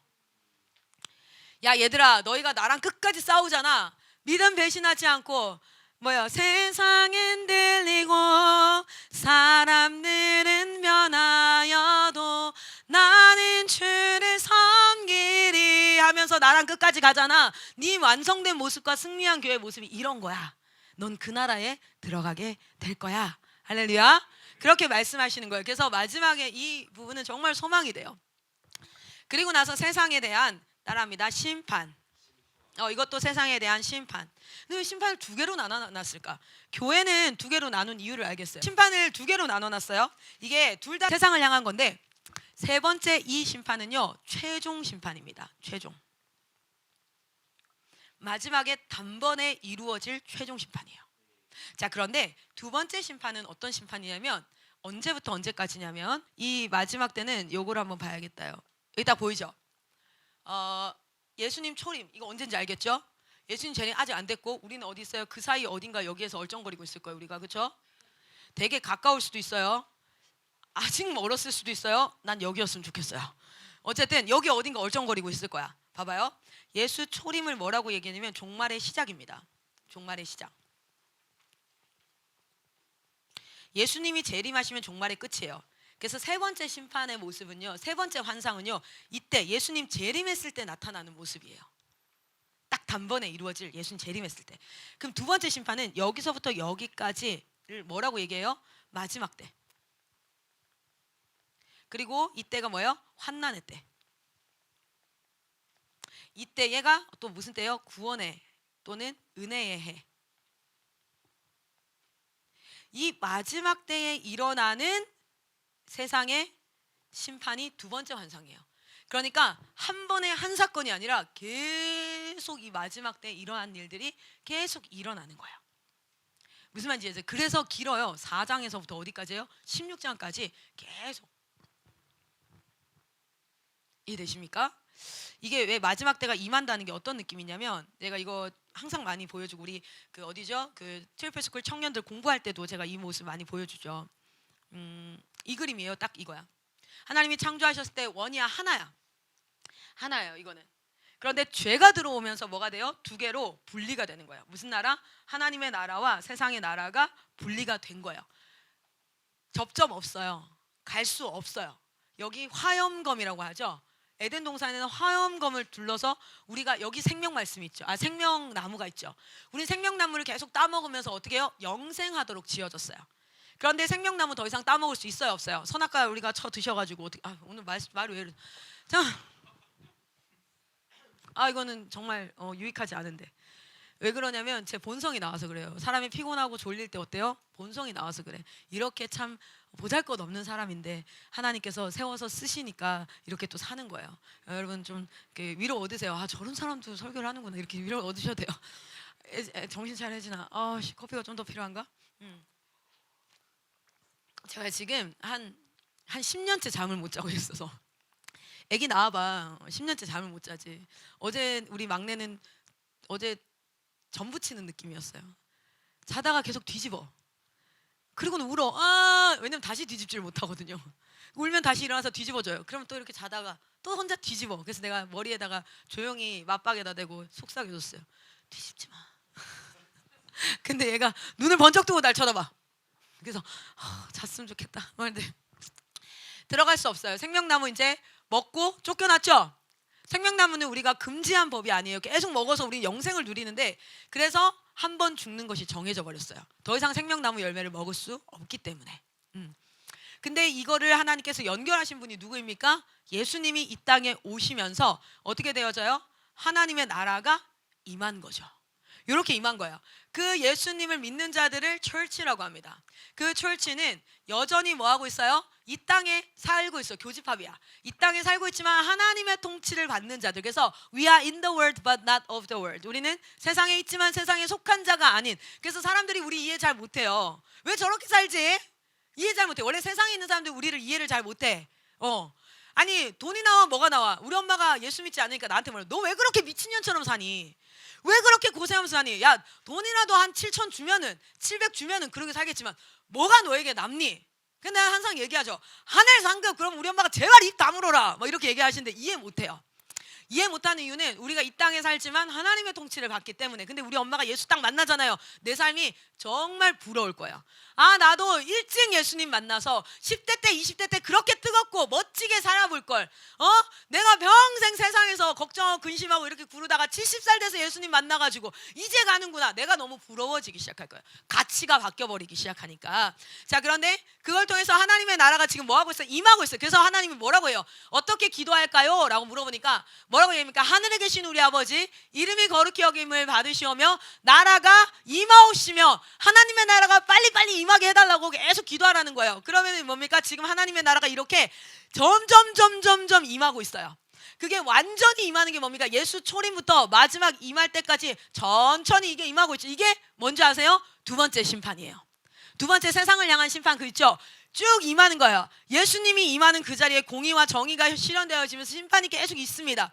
그리고 완전히 임하는, 예수님이 딱 진짜 다시 오시면, Jesus is coming again. 주님 다시 오십니다. 할렐루야. 보라 주님 구름 타시고 나 밟을 때에 다시 오시네. 그러면 이게 완전히 임하는 거죠. 정말 그게 세 번째 심판이에요. 세 번째 환상. 요 장면을 잘 기억해야 돼. 그래서 오늘 내가 어제 여기 최전방에 4프런트에 서가지고, 최전방 하면 4프런트예요. 내가 4프런트에 서서 어제 태국에서 온 9살짜리 해모라는 한 친구, 그 친구에게 복음을 전했는데 그 친구가 어떤 줄 알아요? 내가 그 친구랑 막 얘기를 하는데, 오늘 아침에 내가 얘기했는데 그 친구가 아빠가 술을 먹고 엄마도 때리고 지도 막, 그런데 내가 내 얘기 했었어요. 선생님 엄마 아빠도 예수 안 믿어. 선생님 아빠도 술 먹어. 근데 지금은 끊었어. 그러니까 얘가 저기 자기 아빠도 올해 끊는다고 했대요. 알아. 원래 연초에는 항상 끊으시고 연말에는 떡이 되고 막 원래 그래. 그러니까 얘가 끄덕끄덕해. 9살이랑 나랑 말이 통하는 거예요. 걔가요 엄청 산만하게 막 그랬거든요. 근데 내가 절개 멈추고 구원 상담하라고 하고 걔를 딱 붙잡고 앉았어요. 그리고 막 얘기를 하는데 얘가 내 말에 엄청 집중을 해. 왠지 알아요? 두 가지. 하나 공통점이 뭐냐면 아빠가 믿지 않는데 얘는 2022년도 5월 26일 날 나 외웠어. 걔가 나한테 얘기해. 2022년도 5월 26일 날 교회에 왔대요. 굉장히 똑똑한 친구예요. 그래서 그렇구나. 자기 예수님인데 아빠가 진짜 예수님 믿고 교회에 왔으면 좋겠대요. 그리고 우리 가정이 행복해졌으면 좋겠대요. 화목해져. 내가 너무 공감이 되는 거야. 나도 그래. 나 지금 20년째 그 기도하고 있으니까 얘가 나랑 9살이랑 지금 39살이랑 갑자기 공감대 형성 30년 팍 뛰어넘고 둘이 이렇게 됐는데 또 하나가 더 생겼어요. 너 뭐 좋아하니까 종이접기 엄청 좋아한대요. 여러분 우리 아들들 셋 다 종이접기에 미쳐 있거든요. 그래서 내가 말했어요. 야, 너 페이퍼 빌드 하니? 너 페이퍼 빌드 하니? 어떻게 하세요? 우리 아들들이 거기에 미쳐 있어. 너 뭐 만드니? 그러니까 저는 탱크랑 로봇이요. 내가 우리 아들들은 로봇 다리만 지금 만들고 있어. 그랬더니 그거 진짜 어려워요 하면서 둘이 완전 공감대 형성이 돼가지고 유튜브에 페이퍼 빌드를 보여주면서 이거 멀리 나는 비행기 혹시 아니? 그랬더니 얘가 저 그거 접을 수 있어요. 우리 아들도 그거 접어. 우리 집에 비행기가 엄청 있어. 그래서 우리 예배당에 천장에 비행기 꽂혀 있어. 걔네들이 날려가지고 진짜 가봐요. 예배당 3층에 비행기 중간쯤에 꽂혀 있어요. 그거 못 빼가지고 지금 그렇게 꽂혀 있는데 그 우리 아들이야. 그래서 내가 제이코 쌤한테 얘기했어요. 이거 가져가서 저거 뽑아야 된다. 그러니까 뽑을 시간이 없어서 지금 꽂혀 있는데 애랑 둘이 공감대 형성 빡 둘이 막 그런 이제 내가 복음을 전했어요. 복음을 전하고 얘가 자기 예수님 믿는데요. 그리고 이제 난 설교하러 올라오는데 딱 돌아섰는데 주님 오늘 나한테 말씀에 능력 주시면 안 돼요. 그래서 얘가 진짜 성령님이 계시다는 걸 오늘 이 예배 가운데 들어서가 아니라 교회에서 사람들이 권사님이 집사님이 잘해줘서가 아니라 집은 불안정한데 여기는 안정적이니까 교회가 좋아서가 아니라 진짜 예수님 한 번 만날 수 있게 주님 나한테 오늘 주님 저 말씀에 능력 좀 주시면 안 돼요. 주님 제가 설교할 때 입에서 불칼이 나가고 그래서 진짜 이 친구가 골수 마디마디를 쪼개는 하나님의 그 말씀으로 만나면 안 돼요. 어제 딱 돌아서서 엄청 진짜 간절하더라고요. 그리고 주님 능력 주신 줄 믿습니다. 주님. 그러고 나서 막 설교하고 근데 이 친구가 이제 3월 달에 태국으로 돌아간대요. 태국은 진짜 교회가 없는 불교 나라예요. 태국 트랜스젠더 엄청 많은 거 알죠? 불교가 국교인 나라예요. 근데 해모를 끌어안고 해모야 태국에는 교회가 진짜 많이 없어. 일단 찾아야 돼. 알겠지? 교회 꼭 가야 된다. 네가 오늘 믿음이 없어도 하나님이 말씀 앞에 있는 사람은 절대 잊어버리지 않는다. 하나님이 널 찾는다. 네가 세상 끝에 숨어도 하나님이 널 찾는다. 만약에 교회가 없으면 성경책 꼭 가지고 와. 집에 성경책 2개나 있다. 그래서 성경책 꼭 가지고 와서 매일 말씀 읽어라. 이해 안 돼 읽어라. 쌤 말 꼭 들어. 그랬더니 왜냐면 말씀 앞에 있는 자를 하나님이 절대 놓치지 않거든. 너에게 사람을 붙일 거야. 너를 하나님 끝까지 인도하실 거야. 해모 알겠지? 그때 얘가 네. 그래서 어제 이제 사례비 준다는데 그 사례비로 치킨 사주라고 애들. 그리고 나서 치킨 다 사주고 그리고 내려왔어요. 여러분 내가 여기 포프론트에 있었거든. 근데 여기 해모라는 애가 있잖아요. 내가 얘한테 복음을 전했어요. 여기 또 전진된 거야. 주의 나라가 임하옵시며 주의 나라가 임하옵시며.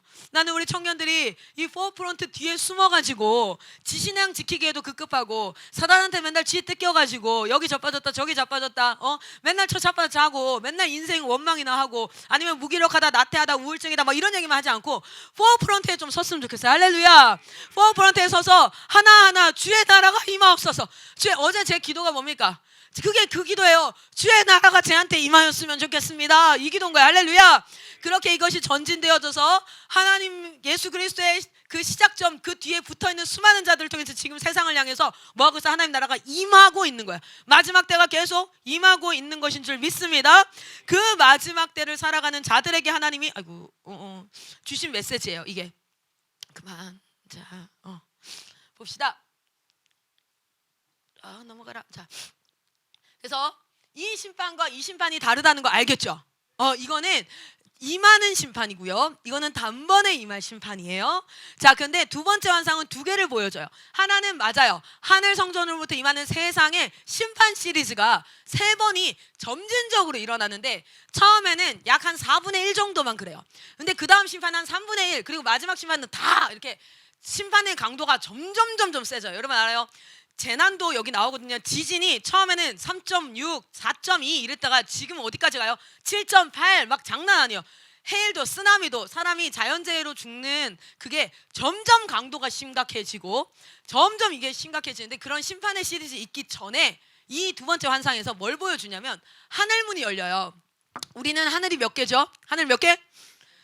맞아요. 근데 이건 우리가 아니야. 한국 사람들한테 물어봐. 하늘이 몇 개? 그러면은 이렇게 쳐다봐요. 왜 묻는 거야, 저 새끼는? 하늘 몇 개야? 저게 하늘이지. 한국 사람한테 하늘은 한 개예요. 그런데 소아시아, 터키 이런 나라에다가 하늘이 몇 개라고 물으면 뭐라는 줄 알아요? 7개라 그래요. 하늘이 7개. 뭔 소리야? 근데 나라마다 다 다른 거야. 그리고 이스라엘은 하늘이 3개라고 얘기해요. 다 다르지. 왜냐면 과테말라 한 선교사님이 선교를 갔어요. 자기 아이가 국제학교를 들어간 거야. 과테말라 국제학교. 그런데 영어를 곧잘 했는데 영어 시험을 딱 봐왔는데 다 틀렸어. 빵점인 거예요. 그래서 우리 애가 그래도 적응을 잘할 수 있을까? 그리고 이제 학교 행사를 갔는데 그 과테말라 현지 선생님이 와가지고 인터내셔널 스쿨이니까 막 영어로 완전 I'm proud of who you are 하면서 나 너무 자랑스럽다. 니네 아들 so smart하고 완전 pretty good하고 완전 super cute하다 막 엄청 칭찬하는 거야. 뭐야 영어 빵점인데 보니까 과테말라는 이 X 표시가 동그라미 표시예요. 그러니까 얘 100점 맞았던 거야. 달랐던 거야. 우리는 생각해봐요. 누가 어른이 얘기해요. 얘들아 가서 물 좀 떠올래? 그러면은 네 해야 되죠. 근데 내가 이란에 갔는데 한 친구한테 내가 부탁을 했어요. 물 좀 떠달라. 그러니까 얘가 그 다음에 또 얘기를 하는데 이래요. 근데 해주긴 해. 근데 계속 찝찝거려요. 이래요. 그래서 내가 뭐 하는 짓이야? 쥐새끼도 아니고 왜 이러는 거야? 봤는데 여러분 이란에 진짜예요. 이란은요 네라는 뜻이 뭔지 알아요? 이게 네예요. 네. 너무 이상하지 않아요? 나는 정말 지금도 적응이 안 돼.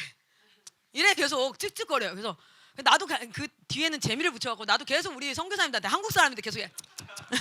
그럼 이 사람이 뭐라 하냐면 이래 그러면 네예요. 아유 문화를 잘 모르시네. 선교하실 분이 말이야. 그러면 가면서 뭐 선교사님이 이러면 근데 3번은 안 한대요. 3번은 안 하고 1번만 한다는데 제가 계속 나중에 재밌어서 그랬지만 처음에는 뭐냐면 그 나라마다의 문화가 있어서 그걸로 해석을 해야지. 여러분 그걸로 내가 기분 나빠 이 새끼 뭐 이러면 돼요 안 돼요? 얘는 너무 당황스럽지. 난 겁내 공손하게 했는데 우리는 어때요? 뭐야 이거 이렇게 되는 것처럼 달라요. 이스라엘은 하늘이 3개라고 생각을 해요. 3개라고. 새와 뭐 이런 애들이 막 날아다니는 하늘 있죠. 그리고 해와 달과 별이 있는 천체의 하늘이 있고 그 위에 천사와 하나님이 계시는 영계의 하늘이 있다라고 얘기해요. 그래. 조용해. 자, 이렇게 있다고 생각해요. 근데 여기서 그래서 사도 바울이 하늘을 다녀왔다 할 때 뭐라 그러죠? 3층천을 다녀왔다 그러죠. 3층천. 그래서 자기가 새와 얘네들이 날아다니는 하늘이 아니라 해와 달과 별이 있는 그 하늘이 아니라 그 3층천 3번째 하늘 뭐예요? 하나님과 천사들이 있는 영적 하늘을 내가 다녀왔다. 이 3층천이라고 표현을 하거든요. 거기가 열린 거야. 그러니까 이렇게 열려서 올라가니까 예수님 그 보좌에 앉으신 이와 함께 더불어서 하늘에서 드려지는 예배, 진짜 예배. 우리가 드리는 게 가짜 예배라는 게 아니라 우리는 진짜 예수님 앞에서 드려지는 진짜 예배를 사도 바울이 본 거예요. 당시에 그들의 예배는 어떤 모습이에요? 카타콤에 숨어가지고 뭐예요? 사도들이 기록해 놓은 두루마리 있죠. 그 두루마리를 읽으면서 맞아 이게 맞지, 내가 믿는 게 이거지. 그리고 하나님 앞에 간절히 기도하고 그게 예배였거든요. 지금 우리에게 예배는 어떤 예배예요? 옷 딱 차려입고 주일 예배 가가지고 뭐 하는 거예요? 찬양하고 기도하고 앞에서 대표기도 하시고 뭐 하고 이게 우리에게 예배잖아요. 그런데 진짜 하늘 예배를 경험한 거예요. 하늘 예배. 그게 어디 말씀인 줄 알아요? 그게 4장과 5장의 말씀이에요. 그렇게 해서 진짜 본 하늘 성전의 장면, 그 장면을 보여주면서 이걸 가지고 힘을 얻어라. 하나님의 나라가 진짜 있다. 하나님이 응답하지 않는 것 같아? 하나님이 없는 것 같아? 그래서 악인들이 마치 하박국의 질문처럼 악인들은 승승장구하는 것 같고 믿는 자들은 점점 더 찌질해지는 것 같고 그래? 아니야. 나는 지금 뭐 하고 있어? 하나님의 나라가 임하는 정의와 공의를 실현하는 일을 하고 있어. 네 눈에 보이는데도 그들을 everybody does it 하니까 너도 do not follow, do not conform, do not be conformed. 그들과 같아지지 말아라. 말씀이 진짜 맞아. 너가 사람들이 평가하기에 초라해 보일지라도, 세상이 평가하는 기준 앞에서는 별 볼 일 없는 사람일지라도 적은 능력으로 예수를 배반하지 않고 끝까지 예수를 지킨 나는 너를 칭찬한다. 하늘 성전의 모습을 보여줘요. 그래서 예배자들이 반드시 묵상하고 반드시 깨달아야 될 말씀이 바로 요한계시록 4장과 5장이에요. 진짜 예배의 모습이거든요. 그리고 그 예배의 모습을 쫙 봤는데 예배에 이렇게 어떻게 되냐면 이렇게 이 보좌에, 그러니까 예배가 이런 모습이 아닌 거지. 앞에 포프런트가 있고 그 프론트 데스크가 있고 거기에 사람들이 쫙 이렇게 있는 게 아니라 원형 중심이야. 원형 중심. 그래서 보좌가 있고 그 주변에 내 생물들이 겁내 날아다녀요.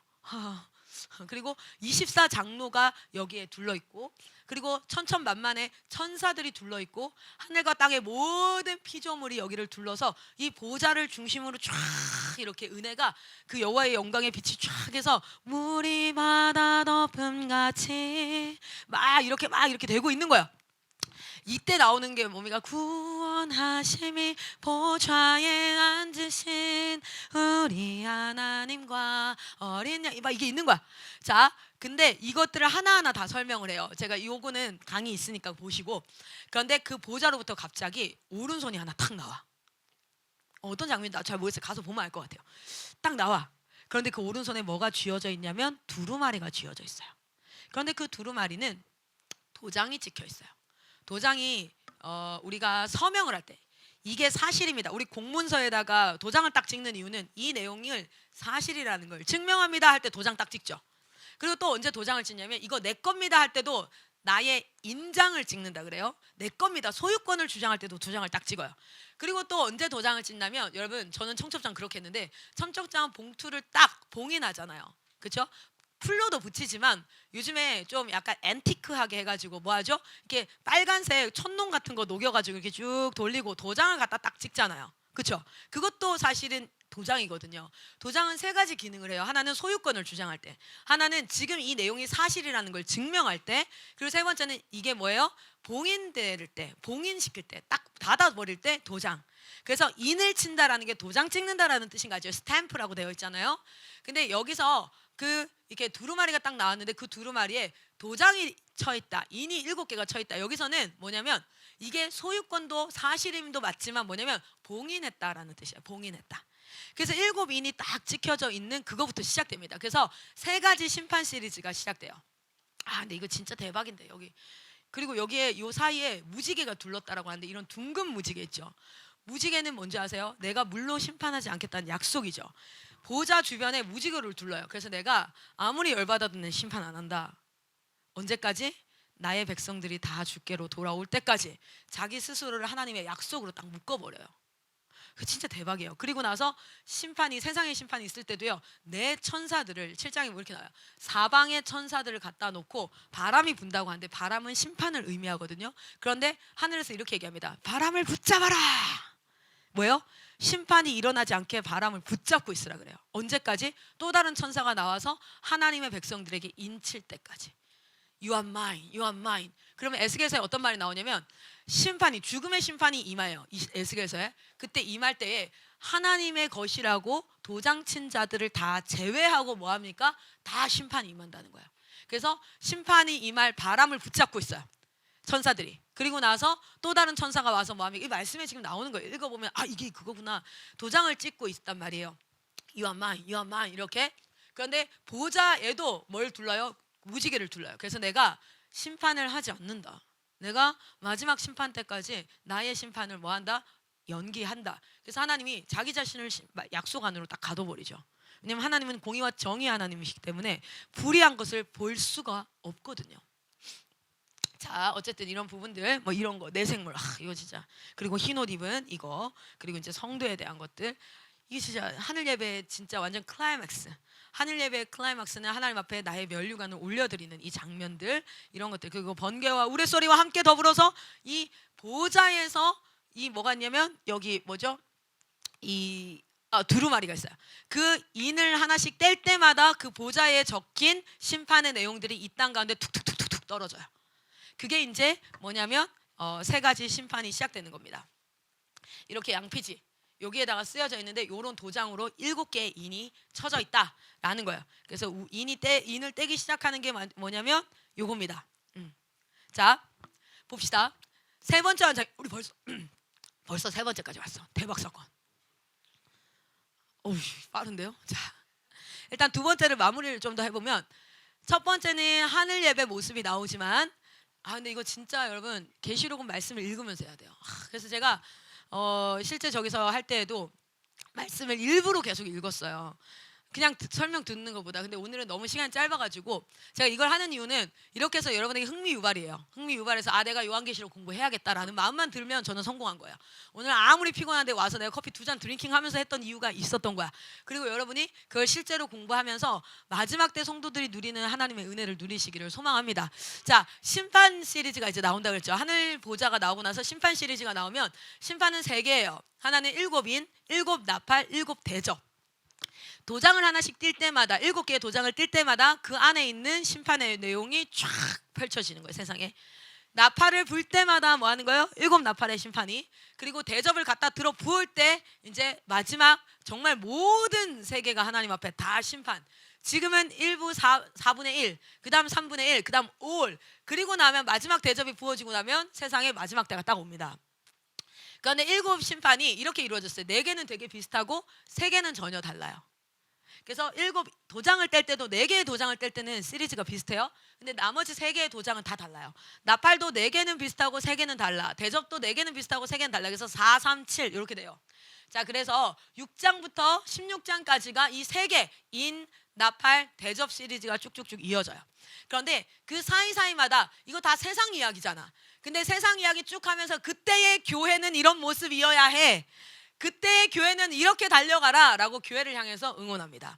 쭉 떼면서 그때의 교회에서는 이런 일을 해야 돼. 악한 세력들과 심판이 엄청나게 일어나는 혼돈의 시대 가운데 너희는 두 증인의 세계 선교와 악의 세력과 막 중간에 66 나온다요. 그리고 추수, 마지막 때의 추수가 막 일어나는 이때가 있어. 이때를 기억해야 돼. 지금 이 세상의 심판이 일어날 때 교회는 어떤 모습인가에 대해서 말하면서 6장에서부터 16장이 진행이 되어집니다. 무슨 말인지 아시겠어요? 조금 봅시다. 인 시리즈는 이렇게 되어져요. 인. 첫 번째 인을 튀면 막 흰말이 뛰어나와. 그러니까 우리가 이해가 안 되는 거지. 도장을 떼는데 흰말이 휙 뛰어나와요. 두 번째 떼니까 빨간 말이 휙 나와요. 세 번째 떼니까 검은 말 나오고 막 청황색 말 나온다니까. 요한계시록 읽으면 뭐래. 이렇게 되는 거예요. 그러나 우리가 보지 못했던 것들을 하니까 그렇다 하고 이 일은 내가 이해되지 않아도 일어난다 안 일어난다? 일어난다. 보세요. 그냥 정리만 한 거예요. 사실은 이제 요거 하나하나 이거를 좀 해야 되는데 정리만 해서 보면 첫 번째 인을 떼면은요 국가적인 전쟁이 계속 끊임없이 일어나요. 여러분 마지막 때는요 뭐가 계속 있을까요? 나라와 나라 간의 전쟁이 끊이질 않아요. 지금도 뭐 하고 있어요? 하마스 이스라엘 전쟁하고 있고 우크라이나 러시아 전쟁하고 있고 그 전에 지금도 아프리카에서는 콩고에서 막 계속 전쟁이 있고 그렇죠? 그리고 두 번째 인을 떼니까 국 내에 지들끼리 싸우는 전쟁. 지금 아프리카에서는 부족끼리의 싸움. 대한민국도 북한과 대한민국이라는 여기에 싸움과 계속 내란이 일어나는데 그거는 그 안에서 또 뭐요? 정치 집단끼리의 싸움과 이게 계속 있을 것. 언제 주님 다시 오실 때까지. 그러니까 왜 이렇지 생각하지 말라는 거예요. 그냥 주님 다시 오실 때까지 이 싸움이 계속 있을 거니까. 그리고 주님 다시 오실 때까지 점점 심해질 건데 기근이 계속해서 경제에 대한 경제 여러분 지금도 전 세계 인구가 2배의 인구가 먹고도 남을 만한 식량이 생산되고 있어요. 그런데 왜 아프리카에서는 굶어 죽어요? 그거 알아요? 창고에 이만큼 쌓아놓고 있는데도 프랑스나 이런 나라들은 지금 다 그렇잖아요. 여기 가봐요. 텍사스 가봐요. 진짜 비행기로 농약 치면서 다 생산을 하거든요. 그런데 아프리카 사람은 지금도 아사해요. 왜 그래요? 여러분 이 심판들은요 사실은 하나님이 직접 내리는 심판이 아니라 지들이 뭐 한 거예요? 만든 지옥이에요. 우리가 만든 경제, 우리가 만든 지옥 안에서 그 일들이 계속 일어나는 거예요. 국가적 전쟁 뭡니까? 인간의 죄성이 뭐예요? 더 갖고 싶고 나라와 나라의 이기심과 이런 것들이 부딪혀서 전쟁과 경제 시스템 한번 보세요. 빈익빈 부익부로 될 수밖에 없는 경제 시스템. 돈이 돈을 번다고요. 알아요? 아니 월세 수익으로 살아가는 사람들은 페라리 타고 다녀. 20살에 30살에. 그런데 진짜 실력을 갖고 하나님 앞에 쎄 빠지게 개고생을 해도요 연봉 7천 되기가 쉽지가 않아요. 연봉 7천 해봤자 10년을 벌어야 7억인데 월세 수입으로 20살 초반에 뭐 하는 거예요? 페라리 타고 다녀요. 우리가 만든 경제 구조는 그렇단 말이에요. 이게 뭐냐면 경제와 기금과 이게 뭐냐면 사실은요 요 인을 뗄 때 내 생물을 통해 이거는 나중에 합시다. 이거는 우리 저기서도 안 했는데 이 첫 번째 세상을 향한 심판과 두 번째 마지막 최종 심판 있죠. 최종 심판 진짜 하나님이 때려 부시는 거예요. 그런데 이 심판은 지금 계속 장기적으로 이어질 이 심판은요 하나님이 직접 하지 않아도 그 안에 있는 악과 죄성이 어우러져서 그 안에서 지들끼리 심판하는 거예요. 지들끼리 고통받게 하는 거예요. 그리고 전염병과 질병 여기 마지막 이제 그 말은 사망이라고 이름이 붙어져 있어요. 그 사망의 말이 나와서 전염병 이게 계속 돌아요. 여러분 지금은 코로나가 있었지만 그전에는 사스가 있었고요. 그전에 뭐 했어요? 흑사병이 있었고요. 계속 뭐 하는 겁니까? 점점점 강도가 어떻게 되어질까요? 강해지는 거예요. 그렇게 심판이 임하는 그런 것과 그 심판이 임할 때에 하나님의 사람들이 여러분 우리는 심판적으로 임하는 게 아니에요. 심판적으로 똑같이 죽으면 심판당한 것 같잖아요. 근데 그게 아니라 잘 봐요. 여기서 어떤 꼬맹이가 깡패한테 막 주워 터지고 있었어. 막 맞고 있었어. 살려주세요. 막 맞고 있었어. 근데 여기서 갑자기 경찰이 탁 나타나. 그러면 이 맞고 있는 사람과 패는 사람 이 두 사람은 느끼는 감정이 달라요. 맞고 있는 사람은 경찰이 나타났을 때 그 존재 자체가 뭡니까? 와 살았다가 되는 거죠. 그런데 때리고 있는 사람은 뭐가 됩니까? 망했다가 되는 거예요. 하나님의 심판이 딱 임하면요 믿는 자들에게는 드디어 살았다가 되는 거예요. 살았다. 그런데 하나님을 믿지 않는 자들에게는 망했다가 되는 거예요. 여러분 믿는 자들은 심판을 두려워해야 할 게 아니라 심판은 하나님의 공의가 이루어진다는 거예요. 그렇기 때문에 그것은 감사해야 될 일이죠. 살았다. 그런데 주님이 아직 임하지 않았기 때문에 순교자들이 같이 죽는 거야. 하나님 크리스찬들이 경제 위기 속에서 같이 경제 위기를 겪어요. 전염병 속에 여러분 크리스찬도 전염병 코로나로 죽어요. 크리스찬들은 뭐 흑사병 때 안 죽었을까요? 크리스찬들은 코로나 때 사스 때 안 죽어요? 아니에요. 같이 죽어요. 그런데 하나님이 그 죽음을 분류하십니다. 이 마지막 여섯째 인을 떼면서 하나님이 딱 분류하세요. 뭐라고 얘기냐면 나의 말씀을 믿고 나를 증거하다가 그 삶을 살다가 죽은 자 위에는 뭘 친다? 장막을 친다 그래요. 그리고 그곳이 성전이 되게 하는 거예요. 코로나로 개죽음 당한 게 아니라 너가 전쟁 가운데 개죽음 당한 게 아니라 너의 죽음 위에는 내가 장막을 쳐서 너는 성전 안에 있어. 순교자들의 피를 하나님께서 따로 목숨을 분류하셔요. 심판받아 죽은 목숨과 그 심판의 세상이 일어날 때에 그 안에서 하나님의 말씀을 끝까지 지키면서 예수 믿는 자들이 심판 앞에서 재난 앞에서 기근 앞에서 어떤 모습으로 살아야 될지를 보여준 자들을 향해서 하나님이 뭐 하십니까? 하나님도 안어하세요. 그래서 그들의 피를 어디에다가 장막 안 제단 아래 모아두신다고 얘기해요. 그리고 그 순교자들의 피가 차면 뭐 합니까? 이 한 나라가 하나님 여러분 아세요? 예수가 죽으면서 하나님의 미랄대로 죽어서 인류가 구원받은 것처럼 한 영혼이 구원받으려면 또 다른 누군가는 이를 위해서 복음을 증거하고 싫다는 것도 막 하고 뭐 해야 돼요? 그 안에 자기가 죽어야 돼요. 피 흘려야 돼요. 여러분 저는 한국 다음 세대를 위해서 죽기로 작정했습니다. 그래서 이러고 다니는 거예요. 어린애가 하여튼 어제 몇 명 있었는 줄 알아요? 어제 8살부터 10살까지 6명 있는데 제가 270km 달려가지고 4시간 운전해서 갔어요. 여러분 생각해봐요. 설교자가 뽀대나게 한 300~400명 한 1000명 있는데 가가지고 대우 받으면서 설교해야지 8살부터 10살까지 6명인가 있는 데를 갔다고요. 근데 가서 진짜 설교 어떻게 시작한 줄 알아요? 이러고 시작했어요. 키 높이가 안 맞는 거야.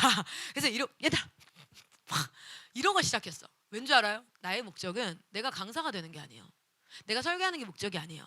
나의 목적은 내가 포프론트에 서서 한 영혼이 주께로 돌아오는 거예요. 그 8살짜리가 그 시간을 통해서 하나님을 경험한다면 그 경험들이 쌓여서 어떤 청년으로 살아날까? 여러분 그걸 기대하는 거예요. 걔가 변화되어서 걔가 믿음은 없지만 하나님 앞에 주님 우리 엄마 아빠 살았으면 좋겠어 예수 믿었으면 좋겠어라는 그 기도가 우리 주님은요 귀에 들린 대로 행한다 그랬거든요. 우리 주님 귀에 들린 대로는. 그렇게 해서 그 태국의 한 친구가, 여러분 나중에 40년 뒤에 한 태국의 거장의 목사님이 간증하고 있을지 어떻게 합니까? 그때 한국에 그 어떤 아줌마 선교사님이 와가지고 나한테 무릎 꿇고 설교했다. 그래, 꼭 성경책 가지고 가라고, 꼭 말씀 앞에 있으라고. 내가 그 선교사님 때 아직 이름도 모르는데 그 선교 이름도 기억 안 난다. 근데 그 선교사님 때문에 내가 태국에서 이렇게 했고 내가 목회자가 돼서 또는 뭐 해가지고 막 이렇게 했다. 여러분 난 천국에서 얼마나 그거 행복하겠어요. 할렐루야. 여러분 그런 자리로 살아가십시오. 내가 연봉 얼마 받았다 자랑 하나도 안 돼요. 그리고 근데 나 돈 벌지 말라는 거 아니에요. 여러분 알죠? 우리 오늘 저녁, 어제 저녁 계속 뭐라 그래요? 전문인이 되라 막 이렇게 나가잖아요. 맞아요. 그런데 do not follow the money, do not follow your reputation, follow the Jesus Christ. 명예를 따르지 말고 돈을 따르지 마세요. 주님을 따르면 이게 따라와요. 저 이렇게 그지 깽깽이처럼 입고 있는데요, 제가 출판사 운영하고 정보통신 판매 사업자 운영하는데 얼마인 줄 아세요? 1년에 13억씩 14억씩 벌어요. 물론 15억씩 써서 문제지. 지난달 한 달 동안 우리 본부가 우리 다음 세대 사역을 위해서 1억 4천을 썼어요. 1억 2천밖에 안 벌었는데 마이너스 2천을 어떻게 메꾸는 거야? 신기해요. 그럼 여러분 돈에 얽매이지 않아요. 그러니까요, 돈 가지고 나한테 사단이 장난 못 쳐요. 돈 좀 없으면은 벌벌 떨고, 돈 있으면은 호주머니에 만약에 통장에 한 1,000만 원 있다, 통장에 한 1억 있다, 안심이 되고. 통장에 돈이 없다 벌벌 떨려. 그러면 사단이 뭐 한 줄 알아요? 얘는 돈 가지고 벌벌 떠는구나. 돈 가지고 장난질합니다. 제가 얘기해요. 통장에 300원 있어도 상관없다. 손가락 팔고 안 되면 마쌤한테 가가지고 하나님, 마쌤 밥 좀 주세요. 돈이 없어요. 이렇게 하면 되니까. 돈 가지고 장난질 치지 마. 난 사단한테 항상 돈 가지고 장난질 치지 마. 그렇게 찌질한 수준은 아니거든. 그래서 사단은 항상 저에게는 영적 전쟁을 내가 사랑하는 자의 건강을 가지고 해요. 저희 아들이 아프기도 하고, 저희 어머니가 5년 전부터 직장암으로 많이 고생하셨어요. 사역하는데. 그 전에는 아버지 어머니 두 분 다 대장암으로 또 고생하시고. 사랑하는 자가 아프게 하는 거, 그거는 내가 좀 진짜 조금 어려워요. 그래서 이 새끼 진짜 아주 치사한 새끼 진짜 웬만큼 이길 수 있는 게임을 해야 되는데 요건 좀 아프다. 그러나 그것도 뭐냐면 하나님 앞에 맡기는 거야. 주님 죽어도 천국입니다. 근데 엄마 아빠 때는 진짜 좀 많이 힘들었어요. 왜냐면 예수님을 안 믿기 때문에. 그래서 제가 전화 오면 불안한 거예요. 장례식장에서 전화 오면 어떡하지? 저희 어머니 아버지 나이가 76이거든요. 그러니까 내가 그래서 항상 하나님 이거 가지고는 사단이 장난치 못하게 조금 강력하게 좀 저 친구를 대가리를 찢든지 하여튼 좀 어떻게 좀 작업을 좀 해주셨으면 좋겠어요. 근데 하나님이 직장암 탁 낫게 하시더라고요. 완치 판결 받았어요 지난해.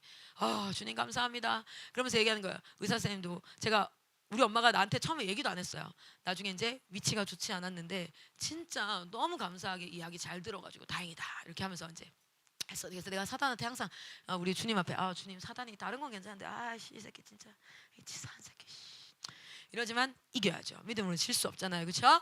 자, 그렇게 해서 순교자, 이거 진짜 은혜의 말씀이 되는데 오늘 이렇게 빨리 넘어가서 너무 속상하다요. 어쨌든 요거 가지고 한 영혼, 진짜 다음 세대가 살려면 내가 죽어야 돼. 그러면은 주님, 얘가 살기 위해서 피가 필요해요? 주님 내 피요. 세상을 구원하기 위해 흘려야 할 피가 필요하다면, 죄인을 대속하기 위해 희생의 제물 필요하시다면 내 생명. 그 찬양이 있어요. 나는 그 찬양이 진짜 내 고백이에요. 그 찬양 고백이 어디서 나온 줄 알아요? 여기서 나왔어요. 여기서. 요한계시록 6장입니다. 한번 보세요. 주님이 순교자들이 주님 안 살아계신 것 같아요. 언제까지 이렇게 우리가 죽어야 됩니까? 할 때 예수님이 그래요. 잠잠히 순교자의 피가 찰 때까지. 왜요? 이 세상의 구원, 너희는 죽어 천국이잖아. 그리고 너희의 죽음이 선교하다가 이름도 빛도 없이 아프리카에서 죽고, 선교하다가 돌아왔더니 인천국제공항에 사람들은 그렇게 화려하게 다니는데 니는 그렇게 찌질하고 초라하고 깨재재하게 돌아와도 내 눈에 네가 가장 아름답고 내 네 위에 장막을 칠 거야. 그렇게 난 너의 피를 모으고 있다. 내 아들 예수의 피로 말미암아 구원받은 것처럼 이 구원이 적용되어지는데 너희의 피가 필요해. 그 피라는 건 단순히 진짜 죽으라는 게 아니라, 여러분 복음 전해 보십시오. 얼마나 싫어하고 뭐하고, 근데 그거 다 참아내고 뭐 하는 거예요? 끝까지 포기하지 않고 전할 때, 그때 그 사람이 주께로 돌아오는 걸 경험하게 돼요. 생명사역은 공짜가 없어요. 반드시 대가 지불해야 됩니다. 그 대가를 지불해라. 같이 지불하자. 거기에 기꺼이 헌신한 자가 저예요. 그 이름이 뭔지 아세요? 선교사. 여러분이 직장 선교사, 그리스도인은 모두가 뭐예요? 명령받은 자, 선교사들입니다. 그래서 각 곳곳에서 그렇게 너희가 그렇게 수치를 당하기도 하고 그렇게 환영받지 못하기도 하고 그거 내가 그 위에 사람들은 쪽팔린 걸로 하지만 나는 그 위에 장막을 쳤어. 그리고 내 그 피들을 다 모아 어떻게 하는 거예요? 다 구원하게 하는 거예요. 구원받는 거. 그리고 나서 이제 마지막 7째 인과 이렇게 해서 넘어가는 거예요. 자, 여러분 끝날 시간이에요. 너무 재밌지 않아요? 그런데 진짜 하나님 말씀은 진짜 달고 오묘해요. 이게 무서운 거 아니에요. 하나님 말씀을 청년의 때에 배워가야 나에게 어려운 일이 안 생겨요? 생겨요. 그리스도인들도 질병 걸려요. 그리스도인들도 어려움 당해요. 그리스도인들도 오해에 휩싸이고요. 그리스도인들도 재정의 어려움을 겪어요. 근데 그게 말씀으로 해석될 때 여러분 마지막으로 얘기할게요. 하나님의 능력이 필요할 때는 언제입니까? 내가 잘하고 있을 때가 아니에요. 사실은 아무 문제가 없을 때가 아니에요. 언제 하나님의 능력이 진짜 필요하죠? 내가 어려울 때, 상황이 힘들 때, 진짜 고통 가운데 있을 때 그때 하나님의 능력이 필요한데 하나님은요, 우리는 하나님을 어떻게 볼 수 있나요? 저는 오늘 이 자리에서도 하나님을 봅니다. 지금 성령님이 돌아다니면서 뭐하고 계세요?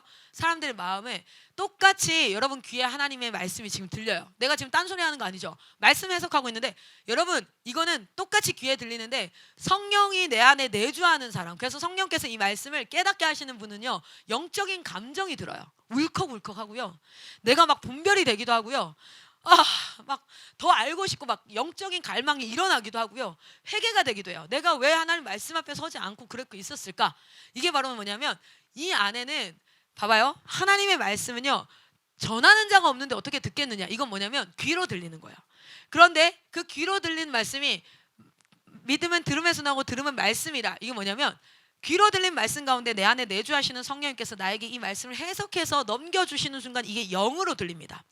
여러분 봐봐요. 여기 하나님이 계시다는 거. 여러분 클라라 여기 있죠? 다 보이죠? 이거 육적으로 보이는 거죠. 여러분 안 보이고 싶다고 해서 안 보이고 싶다 안 보이고 싶다 안 보이고 싶다 백날 해도 보여요. 눈을 감아야 안 보이지. 제 소리가 내가 듣고 싶어서 듣고 안 듣고 싶어서 안 듣고 아니죠. 믿음으로 들어요? 아니에요. 그냥 들려요. 이게 육체예요. 육체는 그냥 존재 자체가 들리고 보여요. 근데 영의 세계는 그렇지 않아요. 여기 하나님이 계셔도 보이는 사람이 있고 안 보이는 사람이 있어요. 보이는 사람 안 보이는 사람 뭔지 아십니까? 믿음으로 봅니다. 믿음으로 듣습니다. 할렐루야. 여러분 이 자리에 저는 하나님이 저와 함께 계속 하시거든요. 그래서 그 하나님이 함께 하심이 내가 믿음으로 이게 보여요.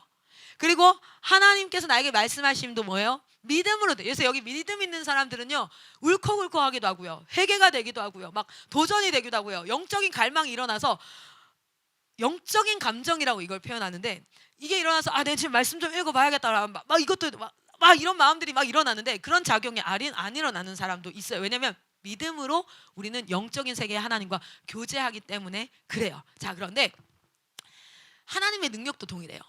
하나님이 능력이 없는 분이 아니라 능력이 있는데 언제 능력을 행하시냐면 믿음 위에 능력을 행하세요.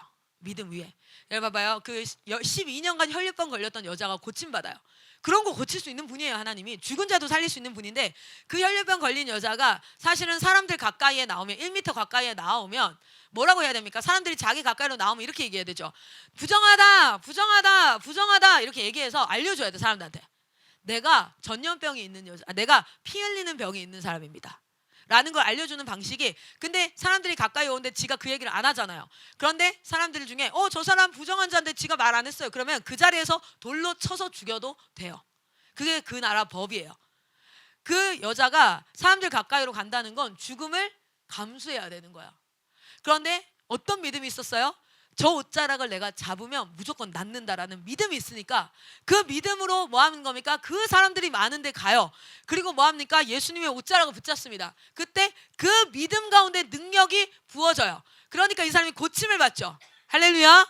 여러분 하나님의 능력은 믿음 가운데 역사하세요. 믿음 가운데. 그런데 봐봐요. 어려운 일이 있고 힘든 일이 있을 때가 가장 하나님의 능력이 필요할 텐데 어려움이 생기면 제일 먼저 뭐부터 하냐면 믿음에서 떠나요. 제일 먼저 믿음이 쪼그라들고 제일 먼저 하나님 원망하고 제일 먼저 이해 안 된다 그러고 제일 먼저 하나님 어떻게 살아 계시냐고 이러고. 그러니까 하나님이 능력을 역사할 수가 없는 거예요. 여러분 나사렛에서 나사렛 병든 자도 고치고 뭐 절름발이 고치고 눈먼 자도 고치고 막 귀신 들린 거 정신병이잖아, 그렇죠? 우울증 뭐 공황장애 다 고치는데 나사렛에 갔을 때 레어했다. 미라클, 하나님의 미라클이 레어했다. 나타나지 않았다. 예수님이 바뀌었어요? 사람이 갑자기 거기 나사렛 딱 통과하면서 능력이 싹 사라졌나? 아니에요. 믿음이 없으니까 능력을 행할 수가 없는 거예요. 우리 주님이 지금도 돌아다니고 계시거든요. 성령께서 뭐하고 계십니까? 여기를 운행하고 계시는데 믿음 있는 자에게서는 역사하실 수 있어요. 근데 믿음이 없으면 역사할 수가 없어요. 믿음은 어디에서 나나요? 믿음은 들음에서 나고 들음은 말씀에서 납니다. 말씀을 계속 듣고 말씀을 내가 읽을 때 내 목소리로 소리내서 읽으라는 건 말씀은요 이해돼야지 깨달아지 능력이 있는 게 아니라 말씀을 내가 믿음으로 선포할 때 내 귀에 들릴 때 그 말씀이 내가 공부할 때 그때 숙고할 때 그때 그 말씀 나에게 능력이 되는 거예요. 할렐루야. 그래서 여러분 진짜 어려움을 당했을 때 그때가 진짜 믿음을 선포해야 될 때예요. 그래 하나님 역사하지. 근데 믿음이 쪼그라들어. 하나님에 대한 의심부터 들어. 그래서 세상 말이 맞는 것 같아. 그러니까 하나님이 뭐 할 수가 없어요? 역사할 수가 없는 거예요. 이게 영적 원리예요. 영적 원리. 영적 원리는 뭡니까? 하나님은 믿음 가운데 역사하세요. 믿음 가운데. 나를 믿느냐라고 묻잖아요. 네가 나를 믿느냐라고 얘기해요. 나사로가 죽었어요. 죽어서 3일 동안 나흘 동안 동굴에다가 처박혀가지고 붕대 다 감겨가지고 그러고 있었어요. 그런데 동굴 문 열어라. 내가 살릴 수 있다 이거야. 그런데 마리아와 마르다가 뭐라 그래요? 죽은 지 나흘이 지났어요. 이게 무슨 뜻이에요? 죽었습니다. 당신 못 살립니다. 그러니까 예수님 뭐라고 묻는지 아세요? 이렇게 물어요. 네가 나를 믿느냐? 이들이 어떻게 해요? 네 믿습니다. 그러니까 뭐래요? 돌 옮겨라. 돌을 옮겨요. 나사로야 일어나 나오라. cry out. 외쳐요. 그의 이름을 불러요. 그랬더니 그가 붕대 감은 채로 일어나 살아요. 할렐루야. 근데 그 말씀 전에 나사로의 죽음을 보고 예수님이 뭐 하셨는 줄 알아요? 어디에도 나오지 않는 말씀이 나와요. 예수님이 우셨더라. 믿음 없음을 향해서는요 하나님이요 정말 가슴 아파하세요. 내가 능력이 없어서 얘를 구할 수 없으면 하나님이 비참함의 눈물을 흘릴 텐데 그게 아니라 내가 능력이 있거든. 내가 너를 도울 수 있거든. 그런데 이 능력이 작동하는 방식의 시크릿, 키 이게 뭐냐면 믿음이거든. 근데 네가 믿음이 없구나. 그래서 제자들 향해서 뭐예요? 믿음이 적은 자들아. 내가 언제까지 너희와 함께 있어야겠냐? 라고 얘기하세요. 여러분 영적 세계의 키워드는 믿음입니다. 믿음은 들음에서 나고 들음은 말씀에서 납니다. 저는 오늘 여러분에게 믿음을 막 부스트업 시켜줄 수 없어요. 그런 설교가는 아무도 없어요. 막 능력? 에휴, 인간의 한낱 그 능력? No. 제가 할 수 있는 최고의 가치는 뭔지 아세요? 말씀을 선포하는 거예요. 왜냐하면 말씀을 들으면서 믿음이 나기 때문에. 할렐루야. 청년들 여러분이 말씀을 가져야 돼. 에스겔서는 이렇게까지 얘기해요. 말씀의 두루마리를 씹어 먹어서 발음 너무 세서 죄송해요. 씹어 먹어서 네 창자에 가득 채워라 라고까지 얘기합니다. 말씀을 씹어 먹어서 네 창자에 채워 소화시켜라 라고 얘기해요. 여러분이 제가 그 이면수 목사님이신가요? 북한에 억류됐던 3년 동안 북한에 억류됐던 목사님 아무것도 없이 옷 하나 입고 감옥에 갇혔죠. 오늘이 월요일인지 화요일인지 오늘이 주일인지도 모르는 하루 종일 나가서 일하고 밭에서 노동하고 들어와서 하루에 한 끼 먹으면서 뭐 감자 뭐 이런 거 먹으면서 1년 9개월인가요? 3년인가요? 모르겠어요. 정확하게 한번 유튜브 들어가셔서도 북한에 억류됐던 임 목사님이세요. 임현수 목사님인지 하여튼 정확히 이름 기억이 안 나요. 그 목사님 북한 선교하시다가 그렇죠? 그분 미국 시민권자라서 북한에 들어갈 수 있었잖아요. 근데 복음 증거하고 뭐 이렇게 하다가 뭐 성경 전하다가 하여튼 걸려가지고 뭐 했습니까? 억류됐었잖아요. 그 기간 동안에 목사님이 예배를 드려야 되는데 자기 머릿속에 지난 50년간 불렀던 찬양 그거를 부르고 하나님 앞에 사도신경을 하고 자기가 외웠던 말씀을 선포하면서 예배를 드렸대요. 여러분 아무것도 없이 어디에 딱 들어가요. 여러분 외우는 말씀이 있습니까? 여러분 속에 여기 창자에 쌓여있는 말씀이 있습니까?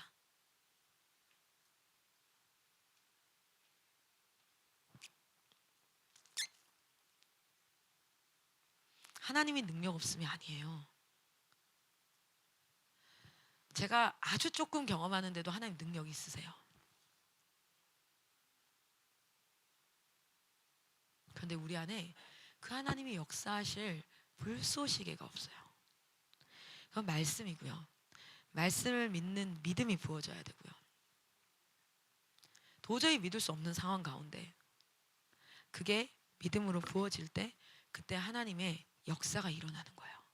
그래서 어려움은요, 하나님을 경험할 수 있는 절호의 찬스입니다. 내가 어려움을 많이 겪어보니까요, 막 비행기 떨어질 뻔한 적도 있어요. 선교 갔다 오는 날에 첫째 아들이랑 타고 있는데 그 MBC 뉴스에도 나왔잖아요. 부산 상공을 돌다가 결국에는 김포인가 김해인가 거기 떨어지는 그 비행기에 제가 타고 있었거든요. 아비규환이었습니다. 안에. 와, 이렇게 죽는구나. 전 맨날 하나님 빨리 보고 싶다고 죽고 싶다 했는데 다 뻥이었구나. 진짜 비행기 떨어지려고 하니까 주님 살려주세요. 이 말 나오던데 뭘 하나님 죽고 싶은 개뿔. 근데 내 첫째 아들이랑 같이 비행기 타고 있는데 옆에 첫째 아들이 비행기 그 창가 자리, 나 가운데 옆에 어떤 건장한 아저씨, 이 아저씨가 막 쌍욕을 하고 너한테 뒤지게 생겼다고 막 난리야. 근데 나는 그 마지막 순간일 수 있잖아요. 지금이야 살았으니까 산 줄 알지만, 근데 그 순간에 내가 복음 전을 생각을 못했는데 저희 아들이요, 아저씨한테 아저씨 어차피 죽어도 천국이에요. 아, 제발 조용히 해라. 저 쌍욕한 아저씨가 막 지랄할 것 같은데 엄마 어찌했을까? 그런데 그거 알아요? 얘가 하나님에 대한 얘기를 너무 순수하잖아요. 그때 6살인가 이럴 때인데 내가 진짜 알려줬긴 했지만 복음을 얘한테 알려주긴 했지만 나는 못하는 걸 얘가 하는데 이쪽으로 돌아볼 수 없었어요. 근데 이 아저씨가 진짜 아저씨가 제가 뭐랬죠? 제가 뭐 아저씨 위해서 기도할게요 막 이랬나? 아저씨 천국 갈 수 있어요 막 이러면서 얘기하는데 너무 순수하게 얘기하는데 근데 이 아저씨가 이랬어요. 고마워. 진짜 깜짝 놀랐어요. 그리고 그 아저씨 우리 살았거든요. 비행기 컨베이어 벨트에서 짐 내릴 때 그 아저씨 우리 짐 내려줬잖아요. 아저씨가 내려준다고. 그리고 아저씨가 그 컨베이어 벨트에서 짐 기다리면서 얘기했어요. 자기가 교회 다니다가 중간 방학을 했었는데 제가 교회 나가야겠다고. 하나님이 날 부르시는 것 같다고. 저 아이를 통해서 하나님이 날 부르시는 것 같다고. 여러분, 내 신앙이 그때 가짜라는 걸 깨달았어요. 야, 마지막으로 생각할 때는 겁내 멋있게 일어나서 여러분! 우리가 죽을 수 있으면 사도 바울이 그랬잖아요. 그쵸? 알죠? 배 파손될 때 여러분! 이러면서 아씨 내가 그렇게 했어야 되는데 나는 벌벌벌벌 쫄고 있고 7살, 6살짜리 애가 아저씨 천국 갈 수 있어요. 부럽다. 이래서 어린아이의 신앙이라고 하는 건가? 앞뒤 재지 않아. 그냥 막 그때 송미성 교사님이라고 광주에 사역하시는 분이 저랑 같이 그 비행기 탔었거든요. 우리 진짜 죽을 뻔했어요 그때. 그래서 그때 내려가지고 서로가 얼굴도 모르는 사이인데 살았다 막 서로 막 손잡고 막 컨베이어 벨트에서 서로 짐 내릴 때요 막 자기 거 먼저 내리려고 이런 이기적인 모습 하나도 없었어요. 이거요 제가 내려드릴게요. 막 서로 막 얼마나 긍휼하고 착한지 막. 야, 한번 죽다 살아나니까 사람들이 다 착해져요. 막 그러고 서로 막 하는데 그 또 비가 엄청 내렸어요. 비가 내리는데 서로 막 우산 씌워주고 서로 막 괜찮다고 막 자기 차 타고 저기 부산역까지 가겠냐고 막 얼마나 선하고 아름다운 사람들이 역시 한번 심판의 맛을 보니까 맛만 봤는데 아씨 악한 사람 아무도 없더만요 거기는. 자 보세요. 근데 여러분 무슨 얘기하다가 내가 이 얘기까지 왔는지 잘 모르겠지만 여러분 이 마지막 때를 살아가는 데 있어서 잘 생각을 해보십시오. 내가 어떤 삶을 살아야 될까? 어려움이 많이 와요. 그런데 그 어려움이 해석될 때 믿음으로 하나님 앞에 한 걸음 내디딜 때 하나님께서 역사하시는 거예요. 할렐루야. 고난이 찾아올 때가 저도 얼마 전에도 고난이 왔어요. 저희 아이가 아파가지고 아는 사람 알고 모르는 사람 모르는데 저희 막내가 지금 국가에 선천적 희귀성 난치병에 등록이 됐어요. 염색체가 몇 번 염색체가 이렇게 상처가 나면 다운 증후군이라는 증상이 나오기도 하고 염색체 이상으로 태어났는데 이 염색체는 이게 분명 염색체 이상으로 판명이 났는데 얘가 이렇게 상처가 났을 때는 어떤 현상이 나올지를 모르는 난치병이라 가지고 이게 어떻게 등록되냐면 그냥 포괄적 희귀성 난치 질환 하나로 국가에 등록이 돼서 이제 팔로우 조사를 해가면서 이렇게 해요. 근데 어떤 경우에는 이런 아이들이 어떤 아이들은 그래서 지금은 소장을 절제했어요. 소장의 기능이 멈추는 일이 발생해서 어떤 친구는 시력을 잃기도 하고 어떤 친구는 뼈에 그게 발병이 돼서 이제 루게릭처럼 그렇게 되기도 하고 신경에 발병이 돼서 정신 이게 박약처럼 약간 발달 장애가 오기도 하고 어디에 발병할지 모르는 그런 질병이라는 거야. 고난이죠, 환난이죠. 저 진짜 죽을 뻔했어요. 얼마나 울었는지 몰라요. 그런데 그 자리가 제가 내가 어쩔 수 없잖아. 내가 어떻게 할 수 있어? 돈이 있어서 아이를 돈 있어도 못 고치는 게 희귀성 난치 질환인데, 그 돈 많다는 스티븐 잡스도 췌장암으로 죽었는데, 응? 우리가 뭐 주겠어요? 돈이 어떻게 할 수 없어. 그 자리가 사실은 진짜 하나님 능력이 필요하다는 자리를 제가 아이 아프기 시작하자마자부터 창세기부터 지금 읽고 있어요. 왜냐면 지금 마태복음 지나고 있어요. 하나님 말씀 주세요. 이 아이를 향한 말씀을 저에게 주세요. 저 그러면 살 수 있어요. 저는 오늘을 즐겁게 기쁨으로 살아갈 수 있습니다. 그리고 말씀을 읽기 시작하면서 계속 은혜를 주시는데 아직까지 말씀 주지 않으셔서 제가 마태복음에서 지금 마가복음 넘어가야 되거든요. 요한계시록까지 갔는데도 안 주시면 저는 한 번 더 가야 돼요. 저는 인생에서 어떤 어려움이 있을 때마다 항상 말씀 앞으로 갔거든요. 반드시 그리고 주셨고 우리 주님은 하나님을 찾는 자에게 상 주시는 이심을 하나님이 깨닫게 하셨고 저는 그 어려움이 있을 때마다 그 어려움을 통해서 항상 뭘 주셨냐면 선물을 주셨어요. 그래서 이번도 그렇게 생각하지만 아프지 않은 건 아니에요. 슬프지 않은 건 아니에요. 내 아이가 치료를 받으면서 진짜 나중에는 꽂을 데가 없어가지고 100일도 안 된 애가 결국 여기에다가 링거를 맞는 거야. 여기에다가 링거 맞는 거야. 수술을 2번 했어요. 지금 4개월 됐는데 아프지 않은 건 아니지만 슬프지 않은 건 아니지만 이게 말씀으로 해석되어지고 그리고 하나님이 그 말씀 읽으면서 오늘을 즐겁게 사는 거. 아씨 어차피 오늘 내일 죽는다 해도 오늘 나는 우리 아이에게 행복한 삶을 선물하고 싶은 거야. 맨날 울면서 하나님 앞에 매달리는 엄마의 모습을 보여주는 게 아니라 하나님 앞에 기도하죠. 그러나 행복하고 감사한 삶을. 그래서 얼마나 깔깔거리면서 우리 정말 우리 귀여운 아들 내가 이거 올려놨는데 이거 뜰지 모르겠다. 두란노 이야기 성경 말고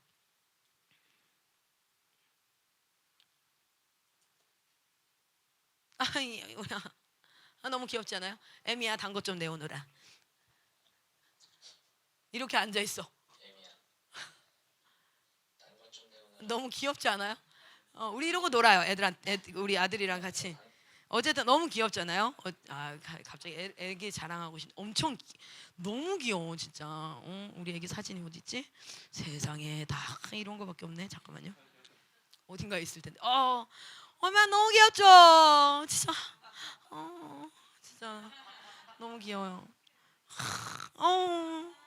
진짜 여기 병원에 있을 텐데 그때 수혈하고 나서 얼굴이 엄청 퉁퉁 부었어요. 수혈하면은 붓는데요. 그래서 이제 하고 이게 수술실에서 나오는 모습이에요. 여기 목에다가 이제 그거를 하고 이렇게 하는데 근데 너무 귀여운데 우리 간호사 선생님들이 얘가 너무 귀여우니까 춥잖아요. 그래서 어떻게 하냐면 이거를 수술실에서 이렇게 붕대로 모자를 만들어서 간호사 선생님이 씌워서 병실까지 따라와. 그러면서 너무 귀여워, 소망이 너무 귀여워 말하면서 이제 이렇게 따라온. 너무 고맙더라고요. 그러면서 저한테 마취하기 전에도 울지도 않고 너무 빵긋빵긋 웃어가지고 너무 오히려 더 가슴이 아팠다면서 소망이 막 이렇게 할 거야. 근데 그때 이제 한동안 막 장르도 내고 여기 막 이렇게 이제 이게 수술실에서 나오는 장면이었어요. 그래서 막 이렇게 막 기계 달고 지금은 이제 아닌데 근데 너무 귀엽다. 근데 진짜 이제 소 큐트하지 않아요 정말. 정말 너무 귀엽다 그렇죠? 네. 어려움이 없는 건 아니에요 제 인생에도.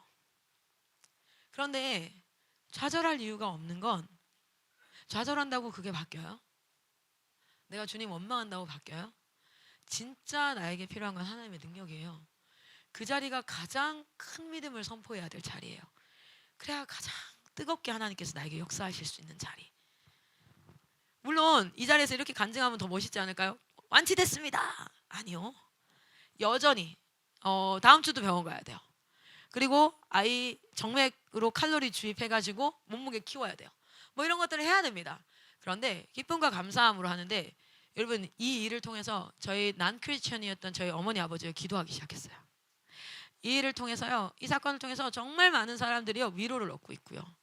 이 어려움을 겪고도 걸어가는 제 모습을 통해서 많은 선교사님들이 도전을 받고 있고요. 저는 이 일을 통해서요. 제 마음이 그 전까지 이것도 문제고 저것도 문제고 이 사람도 문제고 저 사람도 문제고 사역하는데 이것도 힘들고 뭐 이것도 힘들고 막 이렇게 얘기했던 거 있죠. 애가 딱 아픈 순간 아무것도 문제 안 돼요. 아무것도 문제 안 돼요. 그리고 여러분 아세요? 어두운 길을 걸어갈 때 무섭잖아요. 근데 그날 진짜 열받는 일이 있었어. 진짜 짜증나 막 뚜껑 열빠 이런 날 있었어. 그러면 어두운 길을 걸어 안 무서워요. 누가 나오잖아요. 이 새끼 나와봐 죽여버리라니까 막 이러고 마음의 배포가 달라져. 마음의 배포가. 그러니까 사역하면서 이것도 어렵고 저것도 안 되고 막 이런 일이 있었는데 애가 딱 아프니까 주님 내 애만 살려주면 다 지금은 제가 뭐라고 원래도 그렇게 얘기했지만 이 구역의 미친년은 나다. 다음 세대가 살든지 내가 죽든지 하여튼 가보자 막 내가 주님 앞에 이 고백까지 했어요. 주님 우리 아이 데려가셔도 저는 이 사역합니다. 나 죽어도 이 사역 하면 나 진짜 진심이에요. 하나님 제가 보니까 저 진짜 진심이에요. 저 진짜 하나님 사랑하거든요. 주님 우리 아이 하나님 품으로 간다는 것만 확증해 주시면 저 무조건 갑니다. 그런데 하나님이 제 마음 가운데 이런 마음 주시 안 데려가. 혜진아 안 데려가. 그래서 제가 하나님께 기도했어. 하나님 제가 소망이한테 이렇게 얘기해요. 엄마랑 오래오래 같이 있자. 그렇게 하나님 앞에 나아가거든요. 그런데 데려가도 천국이기 때문에. 근데 제가 이렇게 되고 나니까 달라. 난 지금 이제 진짜 웬만하면 좀 덜 무서워요. 안 무서워. 덤벼칵 막 진짜 사단 덤벼칵. 그리고요 이렇게 하나님의 사람들을 건드는 사단이요 진짜 여기서부터 분노가 단전에서부터 와 정말 여러분 하나님이 주시는 고난은요. 그래서 지금은요 고난이 딱 찾아오면 그래서 소망이 딱 왔을 때 두 마음이 들었어요. 하나는 진짜 아팠어요. 너무 힘들었어요. 그런데 하나는 어떤 줄 알아요? 이 일을 통해서 하나님이 나의 믿음을 보시겠구나. 이 일을 통해서 하나님은 또 어떤 선물을 주실까? 저는 소망이 통해서 우리 어머니 아버지 예수님 믿으실 것 같거든요. 지금 그 선물을 내게 주실 것 같아요. 그리고 소망이 통해서요 제 마음이 진짜 가난해졌어요. 근데 그 가난한 마음 가운데 천국이 임해버리더라고요. 마음이 가난한 자는 복이 있나니 천국이 저희의 것임이라. 작은 거에서도 얼마나 감사하게 되는지 몰라요. 옛날엔 다 불평투성이었어요. 그런데 작은 것에서도 다 감사. 너무 감사해요. 그 중에 또 하나님이 물질적 선물도 하나 주셔가지고 저희 아이가 아프니까 저희 아버지가 차가 2대, 3대 있으시거든요. 근데 절대 안 줬거든. 근데 저희 아버지가 바로 전화 오셔서 야, 차 가져가. 차 생겼지롱. 막 하여튼 선물을 계속 주시는 것 같아요. 그래서 요즘에 소렌토 타고 다니잖아요. 아버지가 소렌토 그 차 중에 제일 신차를 주셨어요. 애가 병원 가는데 선교의 차로 다니기가 어렵지 않겠냐. 그래서 차 가져가라. 그래서 지난주에 차 가져왔잖아요. 신형이에요, 신형. 아버지가 곱게 쓰려고 풀 옵션으로 달아가지고 이렇게 해놓은 거를 고이고이 쓰시다가 고이고이 저에게 뺏기셨어요. 그래서 저희 남동생이 아이씨 저거 내가 먹으려고 했는데 소망이 때문에 누나한테 갔다고. 그래서 그래. 하나님이 선교사인데 씨막 내가 이렇게 가난하고 애도 아프고 돈도 없고 힘들고 아니요.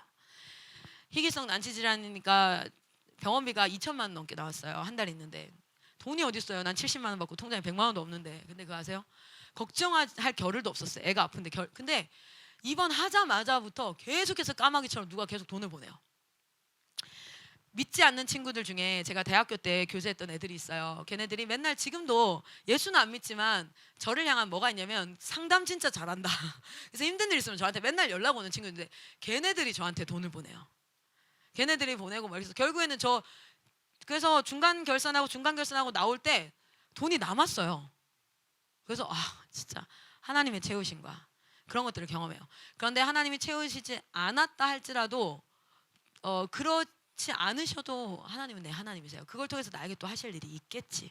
그래서 성급하게 불안하고 조급하게 하나님 앞에 원망하고 조급하게 하나님 앞에 판단하지 않는 것을 해야겠다. 나중에 진짜 부끄럽겠다. 하나님이 이렇게 해주시려고 했는데 내가 막 성급하게 조급하게 이렇게 해버리면. 여러분 믿음의 삶을 살아가시기를 소망합니다. 청년들 이 믿음의 삶은요 여러분의 믿음이 특심이라서 가능한 게 아니에요. 말씀 앞에 서야 돼요. 말씀 앞에 서셔야 돼요. 말씀 앞에 서시기를 소망합니다. 우리 시간 기도하고 마치겠습니다. 기도하겠습니다. 사랑의 하나님 아버지 감사와 찬양과 영광과 존귀를 오직 주님 앞에 올려드립니다. 이곳에 무릎 꿇어 믿음으로 하나님 앞에 말씀에 반응하는 청년들이 있습니다. 주님 한 사람 한 사람을 기억하여 주시고 이 믿음의 여정 가운데 일어나는 모든 일들 어려움들을 하나님 믿음으로 반응케 하시며 하나님 그것들을 말씀으로 해석할 수 있는 지혜가 임하게 하여 주시옵소서. 하나님 그 어려울 때에 서로에게 격려하되 말씀으로 격려하게 하시고 하나님 서로를 뜨겁게 사랑함으로 말미암아 그 문제들이 눈에 해결되어야지만 믿음이 발생하는 것이 아니라 그 문제 앞에서 하나님이 어떻게 하실까를 기대하며 서로에게 의견을 나누고 기도하고 조언을 나누고 사랑하고 그런 믿음의 공동체가 청년팀에서 일어나게 하여 주시옵소서. 우리 주님 특별히 기도하는 것은 이들이 요한계시록과 이 말씀 66권을 읽을 때에 다 이해되지 않아도 믿음으로 말씀을 받게 하시고 하나님 꼭 알아야 될 것들이 있다면 말씀과 말씀을 통해서 이들의 교회의 목회자분들 하나님 교사들을 통해서 말씀이 가르쳐지게 하시고 배워지게 하시고 익혀지는 역사가 은혜가 있게 하여 주시옵소서. 하나님께서 함께 하심을 감사합니다. 거룩하신 예수 그리스도의 이름으로 기도드렸습니다. 아멘. 하나님께 영광의 박수 올려드립니다. 아멘.